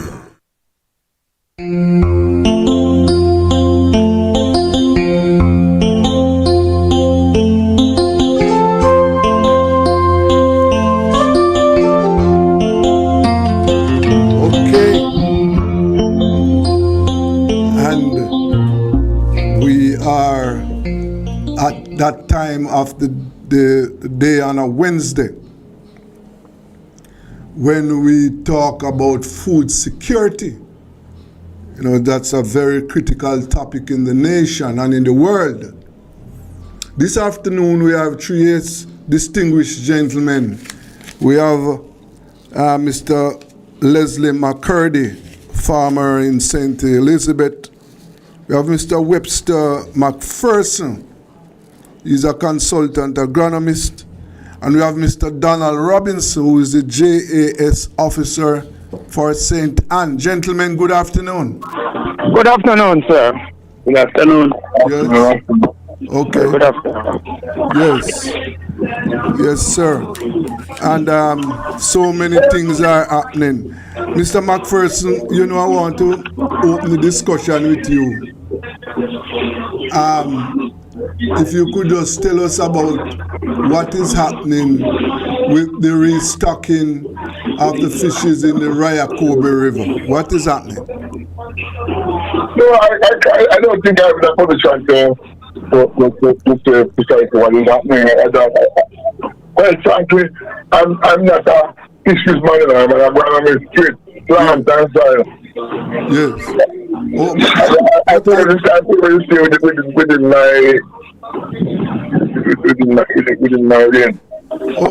I thought I saw. Unless I made a mistake. I thought I saw you were you issued a statement in relation to that matter over last week. Probably is a mistake I made. It's okay. Yes. Anyway, but I know that you are well au fait with other agricultural issues. From where you sit, what are you looking at as it relates to agriculture so far this year? Well, my main concern, you know, is regards to agriculture and food security is the continued conversion of good agricultural land to housing. Okay. Just last week I was driving in the when I realized that I was passing the area that used to be Intergo Farm, area that is north of the Caribbean Estate. It used to be farmland until recently. Some farmers had leases on that property and was using it productively. And when I realized that I saw some roads being cut and I saw a lot of houses. But that is an area that Intergrow used to be a winter vegetable farm that used to export to the US mainly. And that property that entire property has been piped for irrigation purposes. And I see houses being built on good Class A alluvial lands that have been piped for irrigation. So we have good lands with irrigation infrastructure in place. And the building houses on top of that. Yes. So that is one of my great concerns. And then what they're doing that is they're pushing they're pushing the farmers back onto the marginal land. That cannot be that's very productive, and they will not be competitive. And they will not be able to produce enough and produce in the way that we would like to see we produce to increase food production in the country. In terms of production efficiency, those lands on the slope cannot be competitive in terms of the cost of production per unit. And as a result of that, those farmers will always be consistent, eking out an existence. Yes, sir. They're not getting, when they put use agriculture input, they don't get the kind of returns that would get it there on better land. And I don't know where they got people believe that. I don't know, because we're turning this step upside down, because we certainly I believe that food production to satisfy the needs of the nation is such an important here that we should be zoning our best lands, and especially good lands close to the population centers. When most of your production is close to the population center, you reduce the transportation cost of food to get the food to the end user consumer, and such the price is also have an impact on the price at which the end user consumer gets it, and of course also have it factor in the family.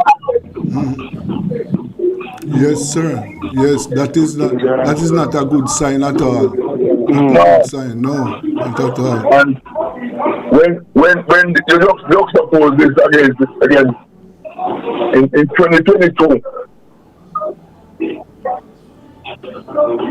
is the figures that are starting where we imported $1.212 billion worth of agricultural produce. Most of it can be produced locally. Yes. Right? I don't know. Yes. I can see that. Mr. Robbins, you heard what Mr. McPherson said? Yeah, and I just want to add something on top of that. Yes. And then we have a large number of our Arab lands in places like Fenton and part of Manchester, part of St. Catherine. That is being mined at the same time. Right? We have housing on one side taking away hectares of land.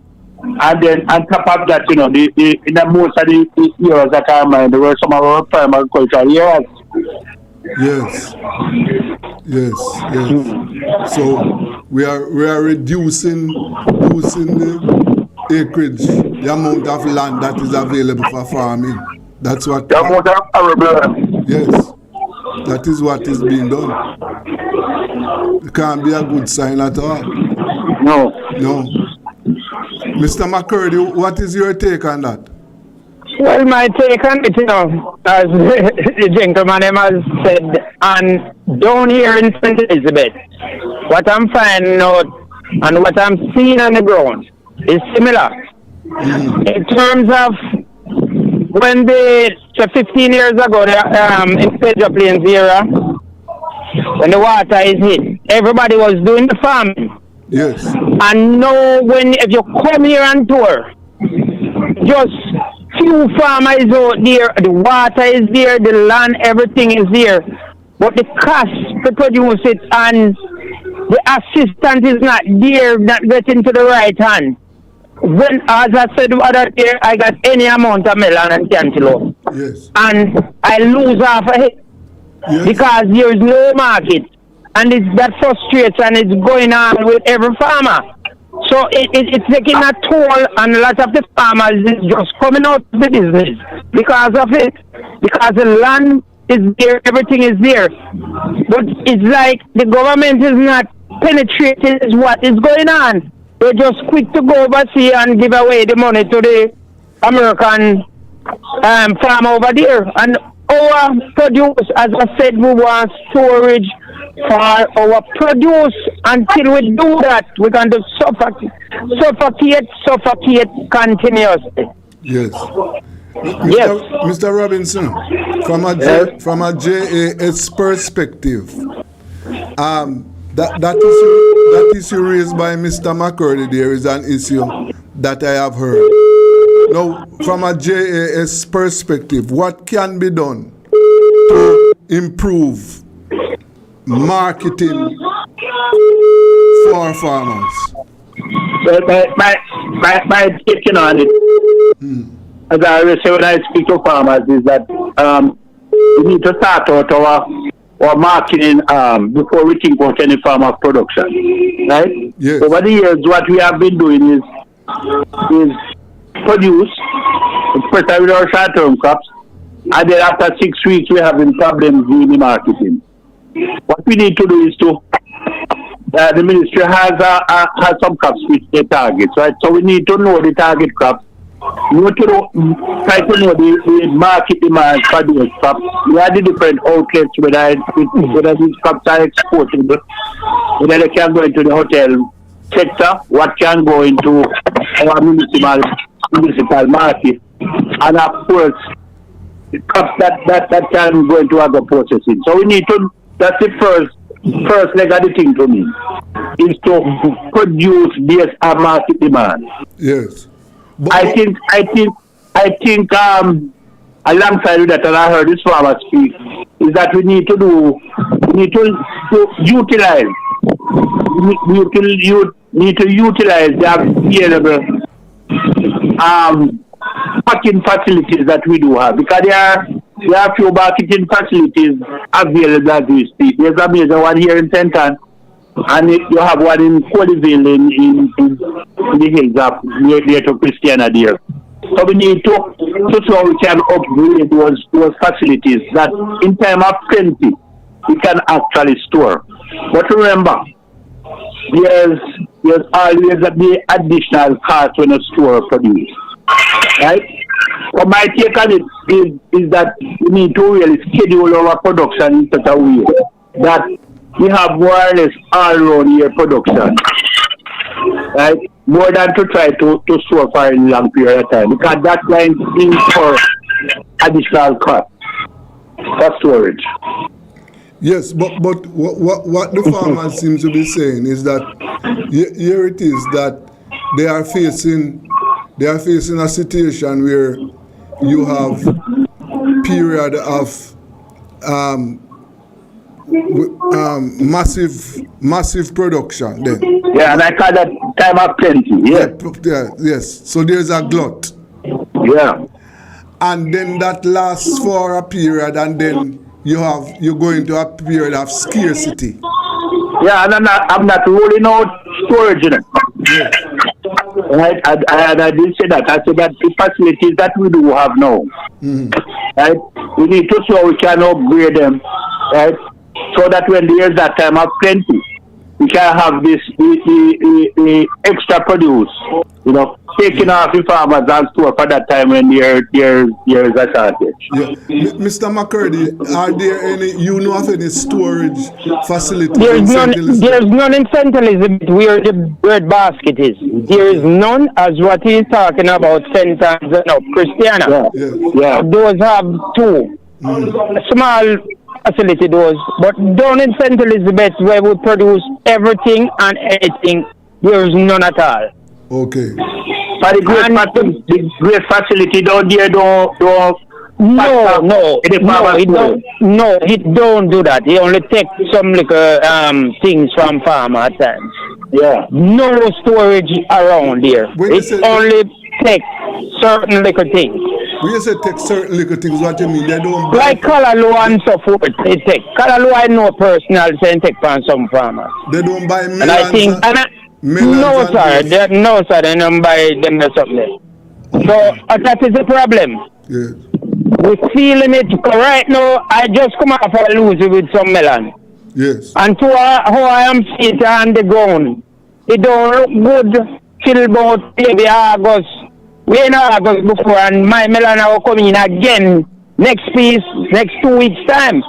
And to how I am hearing on the ground, it don't look good in terms of the growth still remains. Yes. Still coming in, still producing.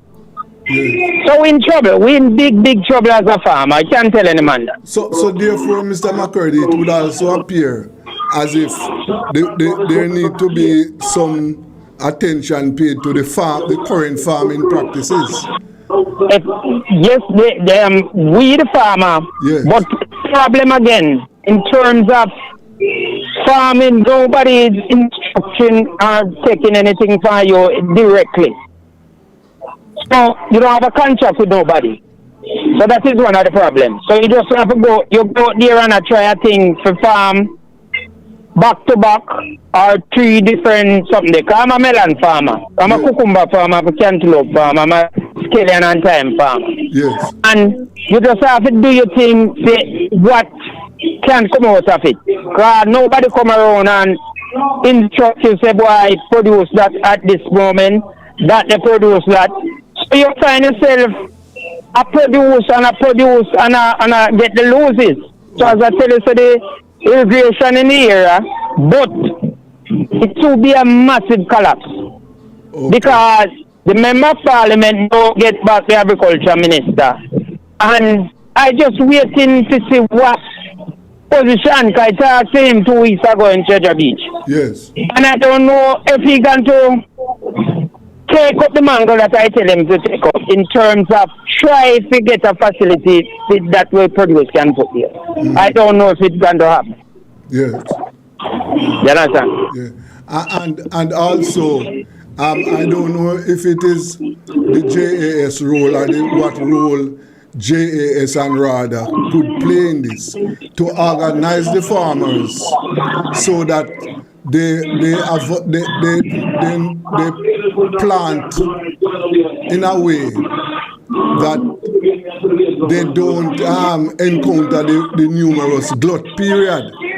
So, for example, they will be planting off instructions that say, okay, just for the purpose of this discussion, that okay, we are going to plant melon in June so that it will be ready in August, and therefore we know that we are going to have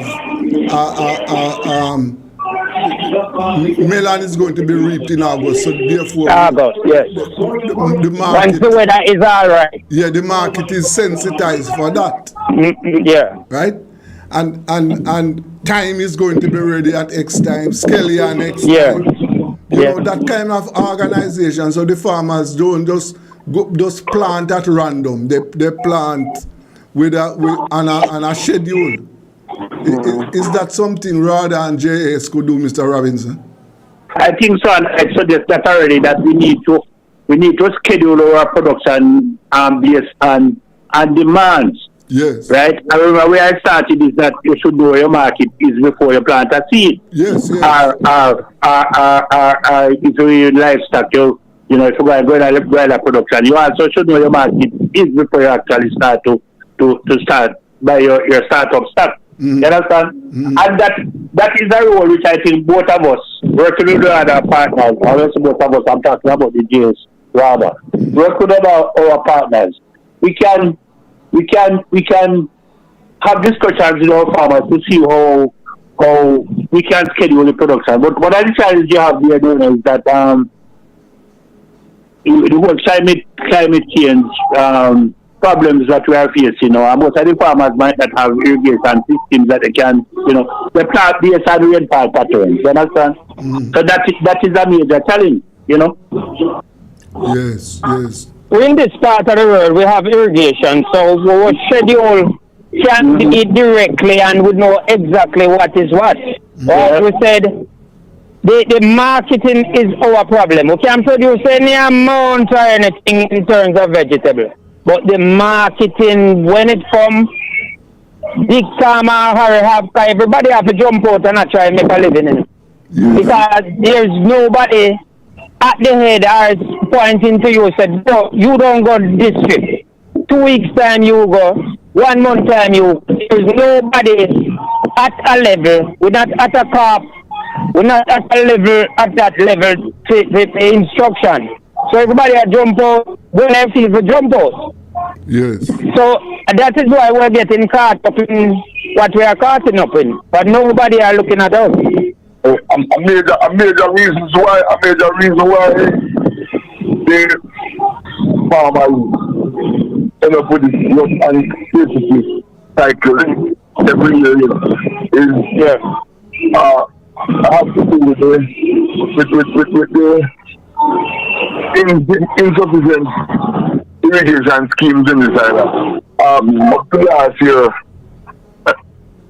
the total lands under irrigation to agriculture land was less than 10% of the land under irrigation. And so that is true. Most of the farmers have to plant with the rain, and as a consequence of that, everybody planting at the same time, everybody going to be reaping at the same time, sometimes everybody growing the same crop. Yeah. Right? And so that is why so at harvest time, everybody lose them shirts, because when you have a glut, the eagles know, the middlemen who buy, the purveyors know, and and so the farmers continue to get so price. But the whole marketing thing need to be organized, and I think it transcends rather than jail. I think it has to come from the marketing.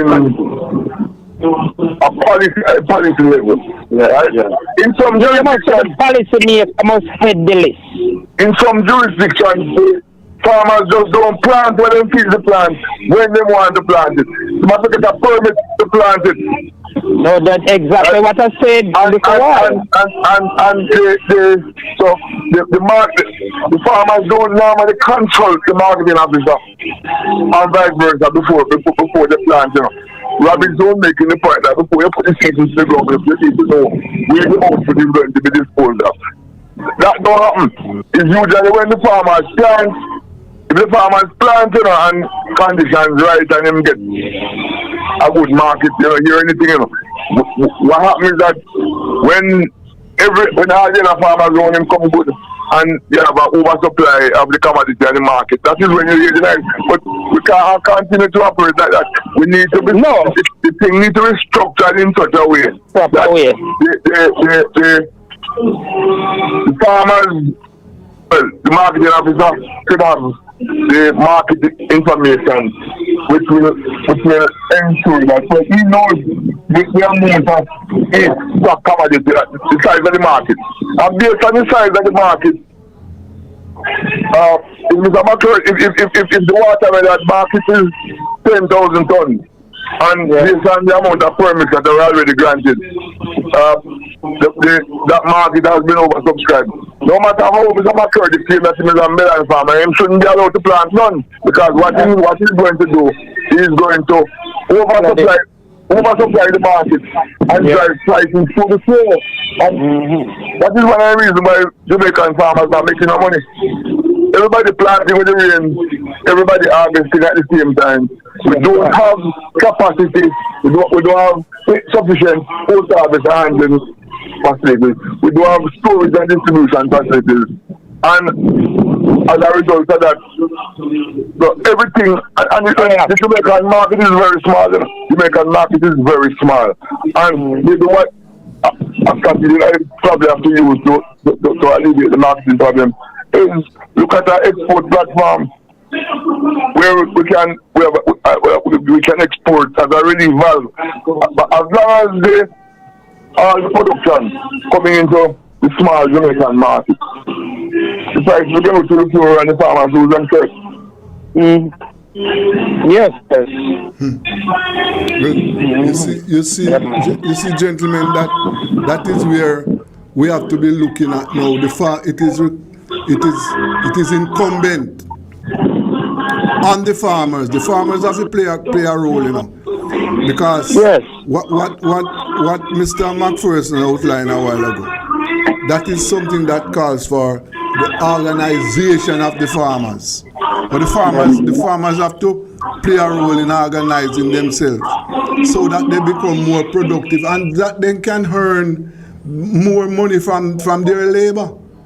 Right now, it is a situation where, as if they are, you know, it's a hit and miss situation. It ought not to be like that at all. Yeah, it's a hit and miss. Yes, definitely right word to use at the moment.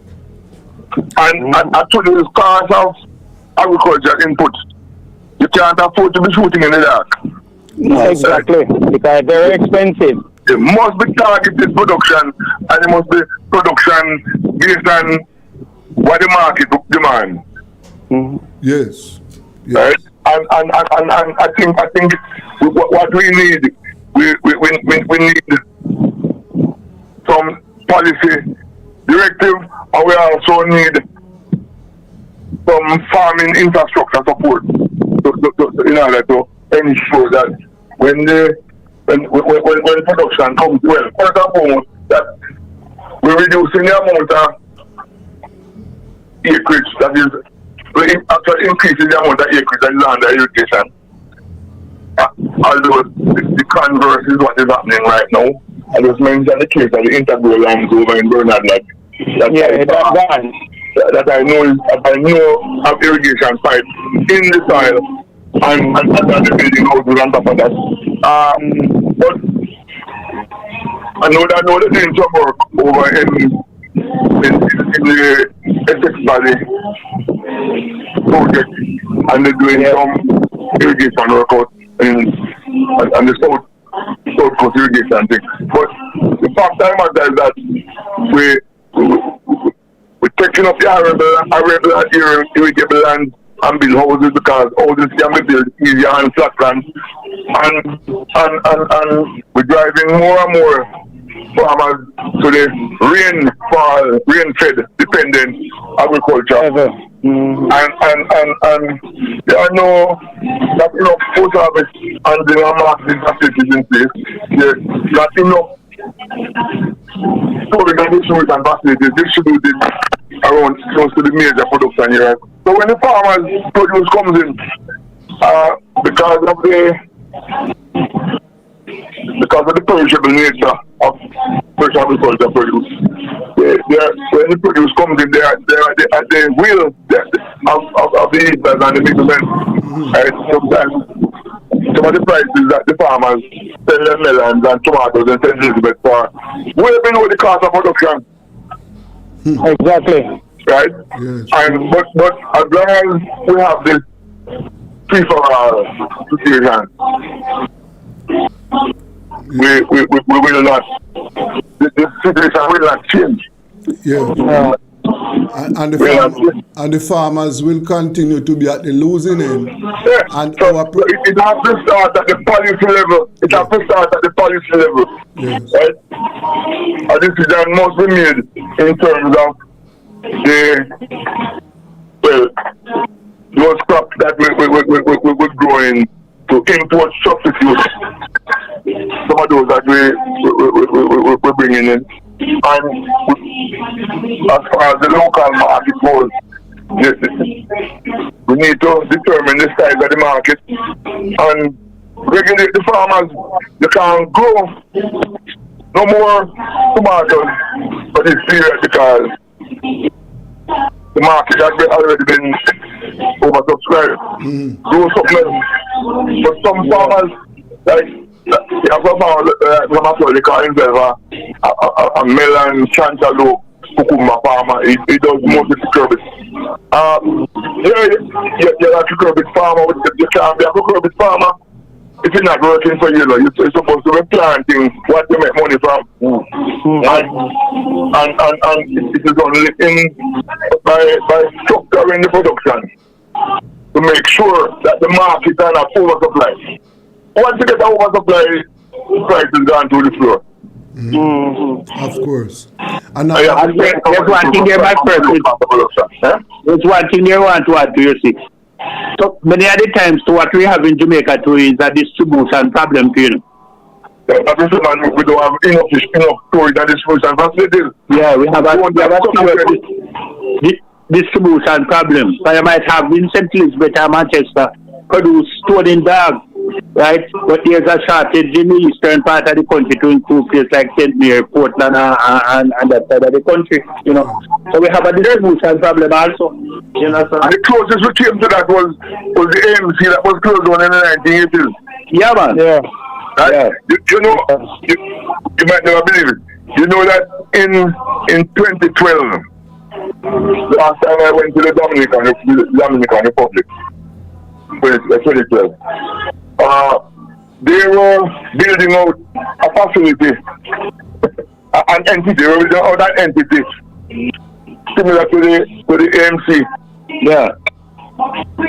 Where you have this centralized marketing and distribution agency that have depots all over the place. The farmers sell their produce.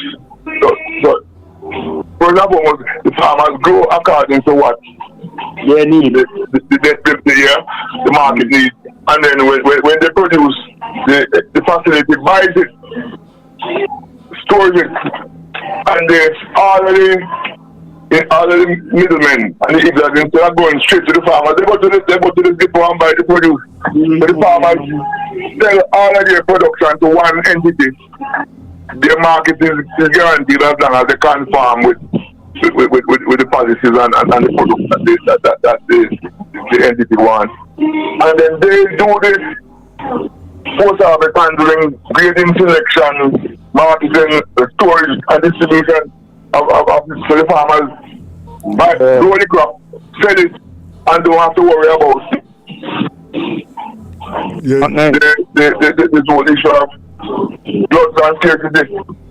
Understood. Another area that is required of strict policy is what the farmers are facing with predial larceny. The last time I heard it was a $6 billion loss to the industry. More than that, no man. Yes. More than that, no, much more than that. Yeah. But the fact is that predial larceny is really a police matter, you know. Yes. It's really a police matter. A lot of times, the predial thieves know when the police stations them lock up. And the police man them down sleep.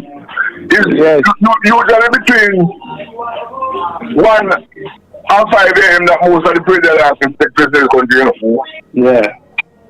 Right? Between 1 a.m. and 5 a.m. under the cover of darkness. Okay. The police station them lock up. Sometimes, when I was a boy, police station is very open and with station guards. No, when the fast police station lock up like house. And we understand the risk issue, but fact of the matter is that the guys who are going to rustle people champion go harvest farmers. So you know that the police that on the road, that's our. Don't be within that hour. Yes. And on top of that, you know, McPherson, I am not yet convinced. We had a session recently with the officer who heads the predial larceny unit, right? So I still is not convinced, you know, that the police take predial larceny as a serious crime, you know. That is true. Yeah. Yeah, they don't really take it serious. If you know, one time I went to report last or something, you know, and the question that the man could have asked me how many head I lost. He did ask me that, you know, he asked me how many head I still have. It seems to me that they're not really taking that serious. You understand? Oh boy. But it's not only the police that take it serious. I don't even think the court system take it serious. No, because where the court is the problem right about now. Right in St. Elizabeth now, where I know a couple of people where they catch directly. And when you get to find out, you hear 6 months and get, and some of them are turn out, then you say, if the insurance are that them and they see, I catch. Yeah. You understand? Yeah. In the sun hot now, they are doing it down here. Yes. Come on, we see a car park up now. And you know, sure, you see somebody go, take up the goat. Yeah, so well then, probably me, McCurdy, are selling my goat. And example, here the man comes, if none of us want goat out here, because some of them type on the bank side that and they shouldn't happen again. Because even the people here can drive up now when them know exactly how the yard operates. And put in a vehicle and you might feel sad that the person sell it.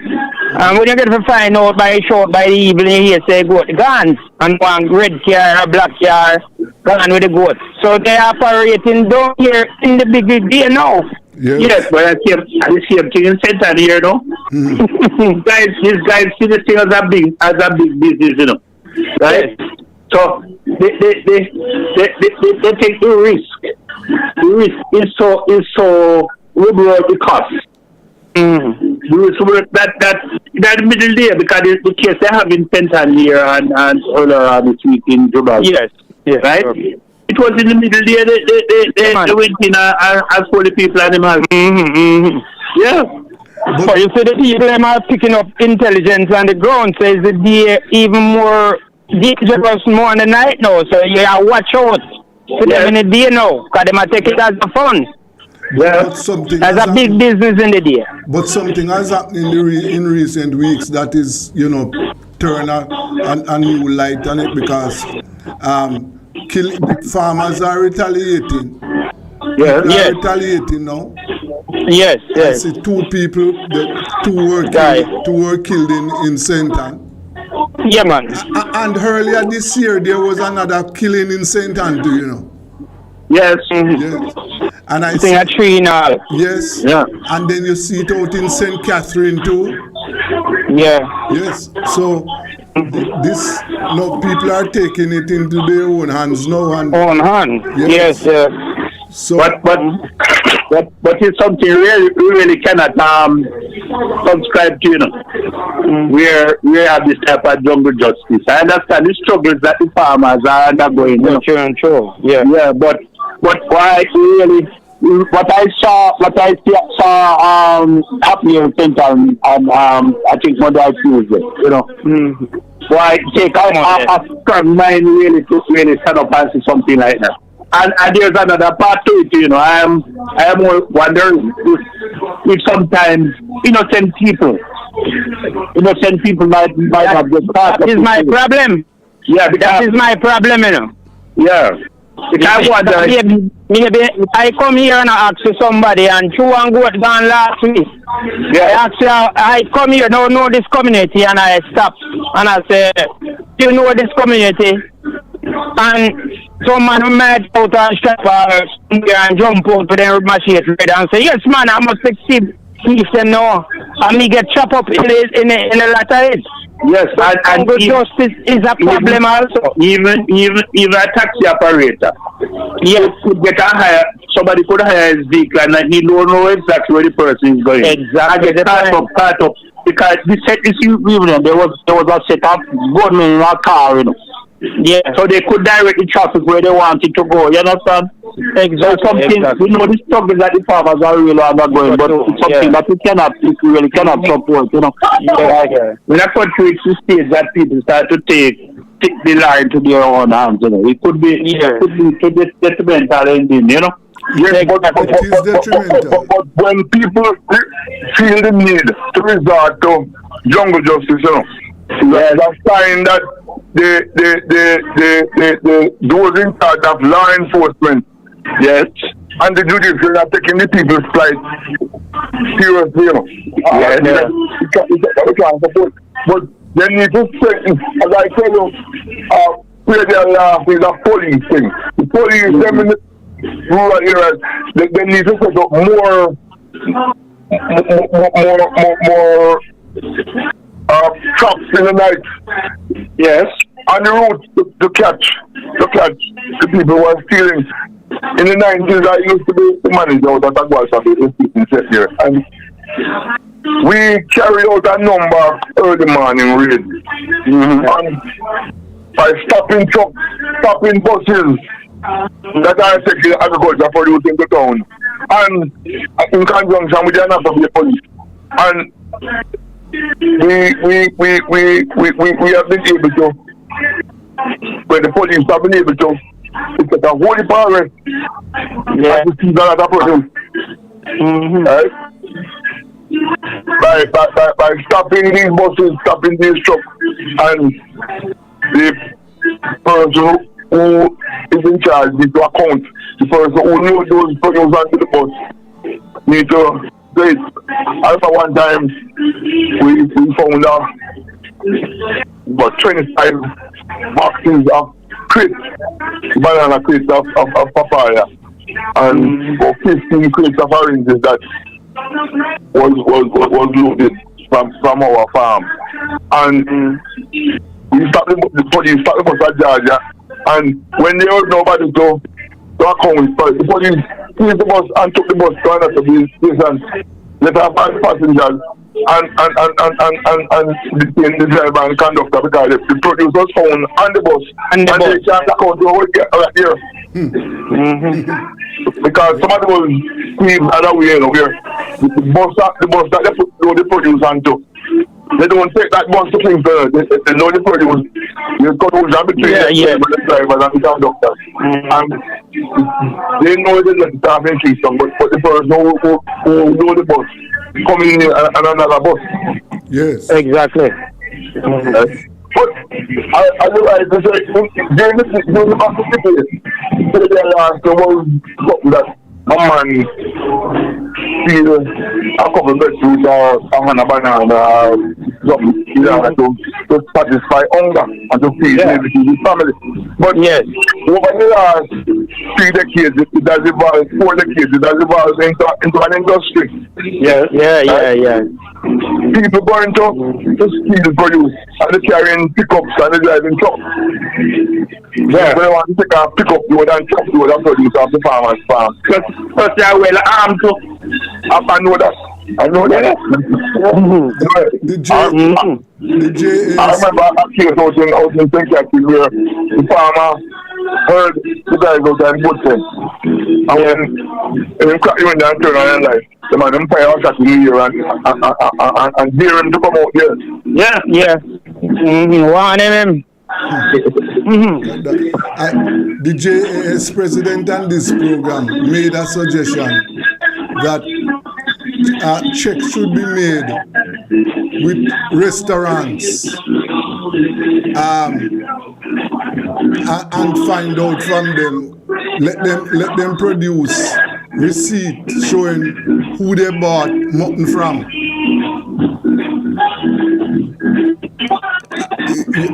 Let me tell you something, you see? Yeah. We have statutes on the book. We have statutes on the book. Apart from it, some of the fines might be radical overhauling. But they have statutes on the book that they have the right to police to go and storeroom. A meat that is legally slaughtered must be inspected by a public health inspector and have a stamp.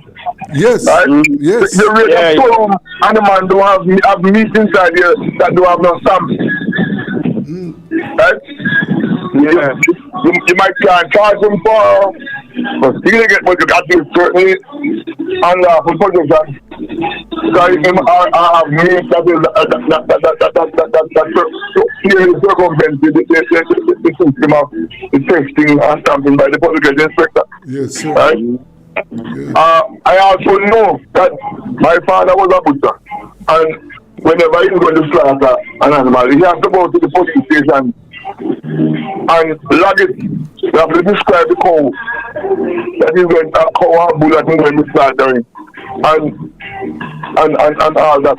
And public inspector comes at a certain at an agreed time to come and inspect the meat before you can dispose of it. Yes. But I don't think we are operating along those lines now. I doubt it. Yes. So the way is open for and that is one of the reasons I think that the pre-Alasani industry has grown. Exactly. Because nobody wide open. Yes.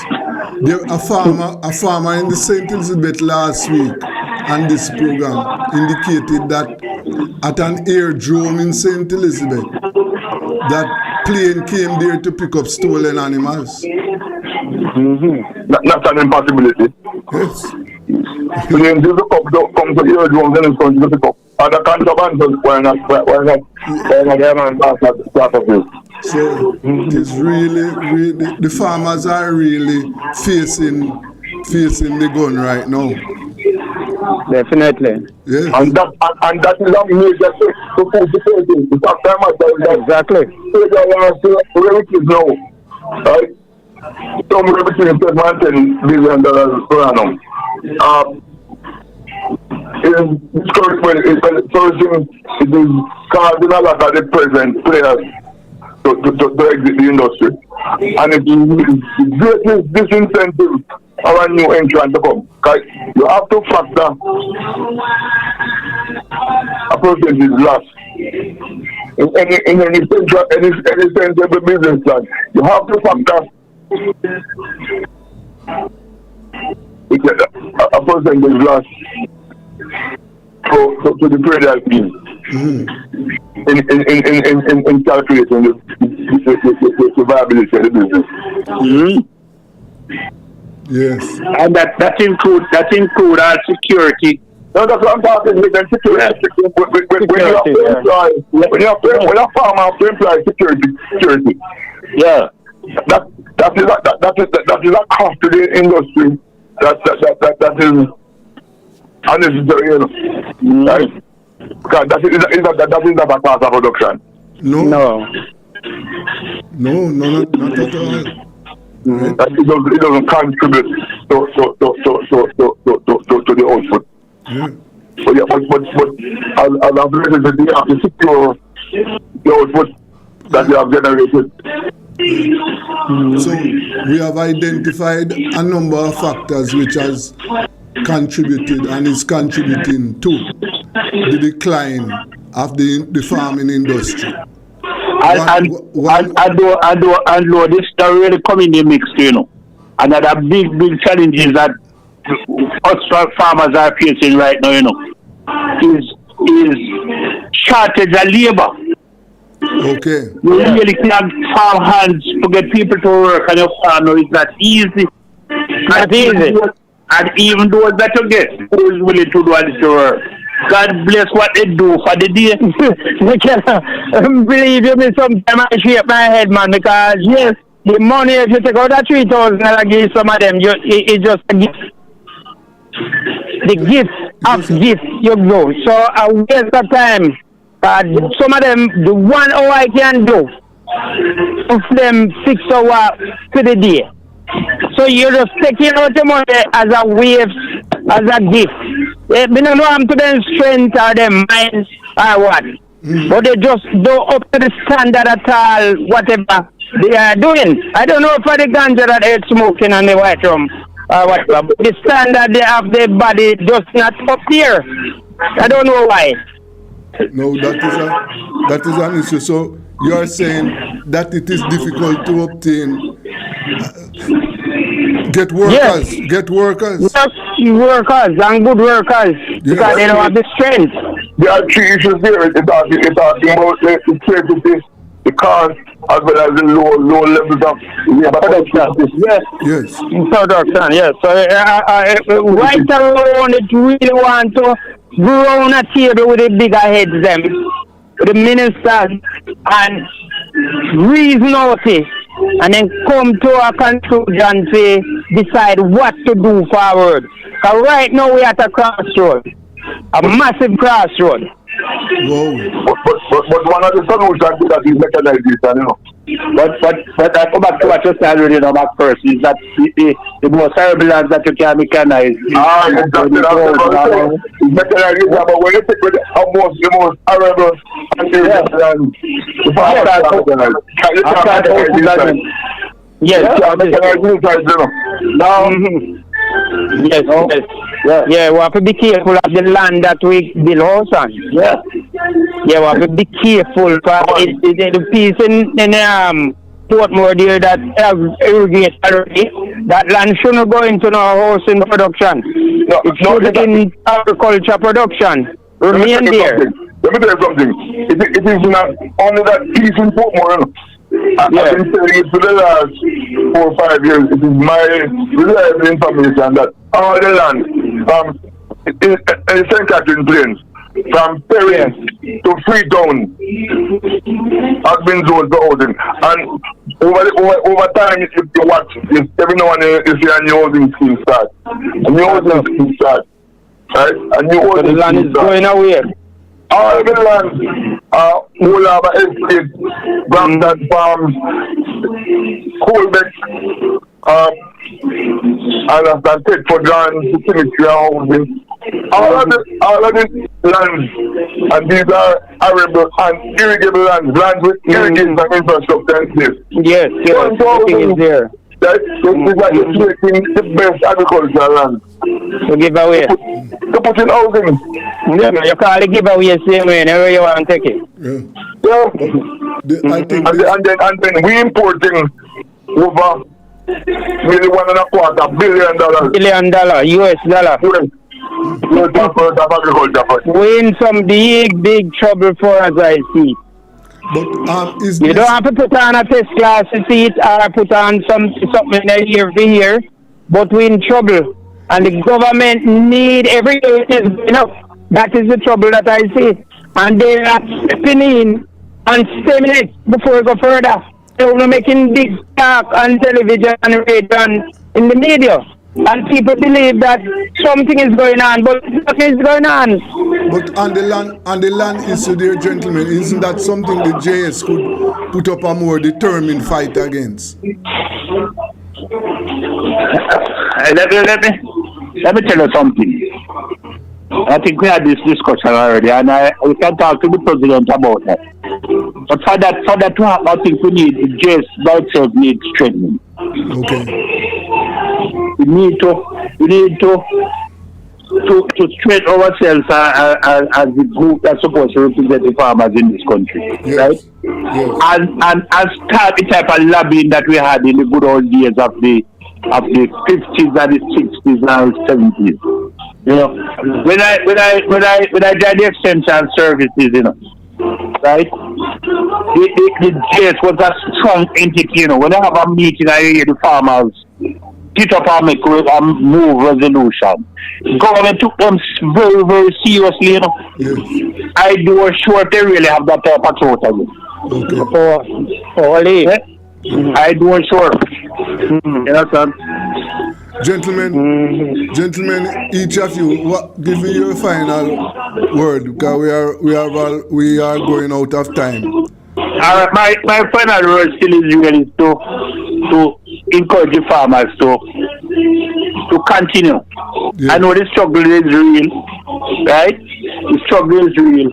I really want to encourage them with all the struggles that they are facing, all the crucibles that they are facing, to continue to do what they do. And from the government side, the necessary policies must be put in place to give them that type of support. Okay. And finally, I just want to use the Virgo song, right? I tell the dirty man, the song is dirty man, leave the people and produce alone, right? Go out and try to acquire some land, some tours, leave some land. Some of these individuals have parents and grandparents, you know, with lands in the country. Only for them got land, who died and those lads are going to ruin it, right? They need to go back on the land and try to produce things for themselves and leave the people and produce alone. Okay. Yeah. Mr. McCurdy? Yes, as I always said, we need to strengthen in terms of get better marketing. That is our main problem. Okay. Better facility to put up storage. That is my main problem, and that is the farmer down here problem. Okay. Mr. McPherson. Well, I know that to start this serious changes at the policy level. What we need is a overarching policy and that the ministry that is resources. That the ministry then need to spend, I don't know. We know that national security is a big issue, but national security gets more than 10 times the resources that the agriculture and fisheries ministry gets. And I know that part of the national security problem have to do with the underfunding of agriculture and consequently rural development. If things were happening in the rural areas, there would be where agricultural centers are producing and you're having these storage and distribution facilities operating. You have entities doing value added processing of the produce, rather than the farmers just selling the primary production, which is perishable. You could be processing some of it and scanning it for future use or for exports. If things were happening like that, and things were happening in rural Jamaica, the tendency for rural youth to migrate to town centers where they go, and when they're disappointed, they turn to crime and add to the national security burden. Okay. If the money was spent in rural, more money spent in rural development, they wouldn't have to be spending so much money on national security. Gentlemen, I want to thank you very much for your participation this evening, right? And as you know, this is a program which is a weekly program, so you'll be back. We'll be back to be continued. That was Mr. Leslie McCurdy, Mr. Webster McPherson, Mr. Donald Robinson. Thank you very much, gentlemen. This has been Food Security on Rebel Radio. Yes. Let us go for a break.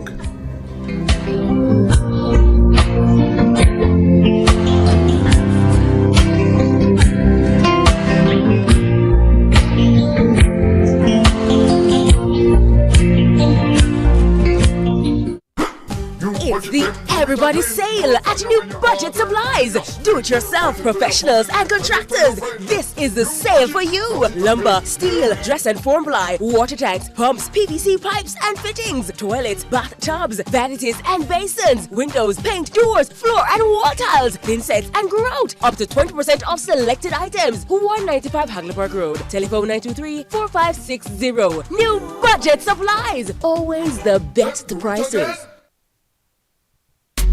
Do it for your best life, go check your HIV status, so keep your life trending, no pretending. Me I tell yourself do it for you, do it for you. Every time you are link with a condom, coulda house, coulda wife, coulda be a random. Condom connect and protect your profile. Be your own fan, do it for your best life. Do it for your best life. Don't put yourself at risk. Condom connect every time. Do it for your best life. Consulting Services Limited was created for you. We are committed to provide the best in real estate investment opportunities in residential, commercial, and agricultural properties all over Jamaica. Contact us at 11 Connolly Avenue, Kingston 4, or call us at 876-948-0012 or 876-948-0014. Get your home ready for summer. Tools coming in hot. With a whole heap on your arrivals and specials. Everything for your bathroom, kitchen, living room. In fact, for every space. Porcelain tiles, ceramic tiles, windows, doors, and much more. We have it all. Savings. Home shop now. Big time sale at Tools Hardware. So come visit us at 279 Spanish Town Road, 4 South Camp Road, 8 Red Hills Road, or online at toolsja.com. Tools, the Lion King of Hardware.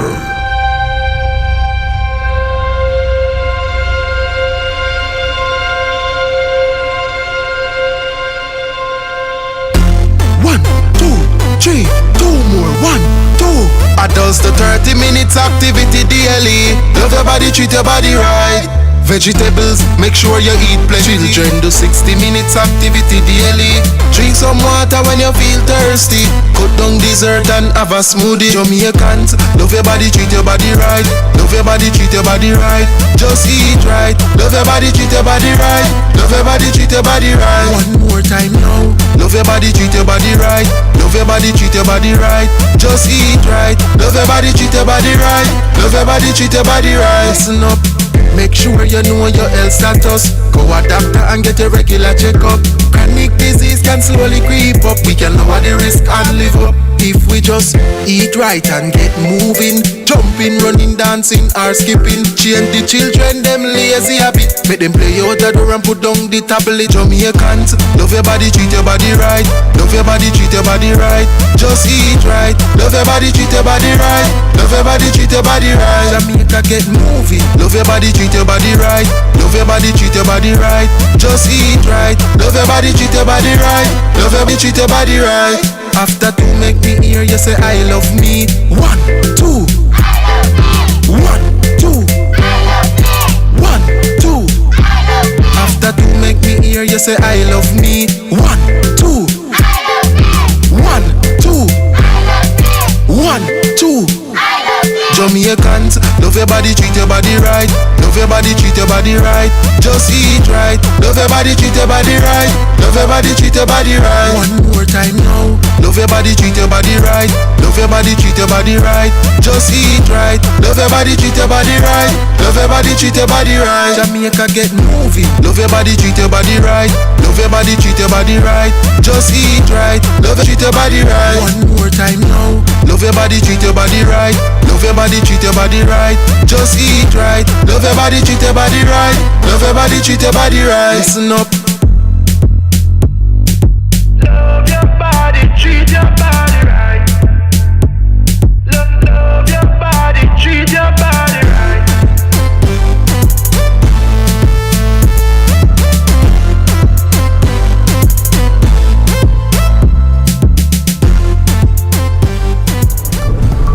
Ever wanted to share what you know about a crime but were too afraid? At Crime Stop, we make it easy for you to report on crimes safely and 100% anonymously. All it takes is 4 simple steps. First, contact the tip line at 311 or visit www.crimestop.org or www.311tips.com. Then share what you know anonymously with one of our trained counselors. Any information related to criminal activity is accepted.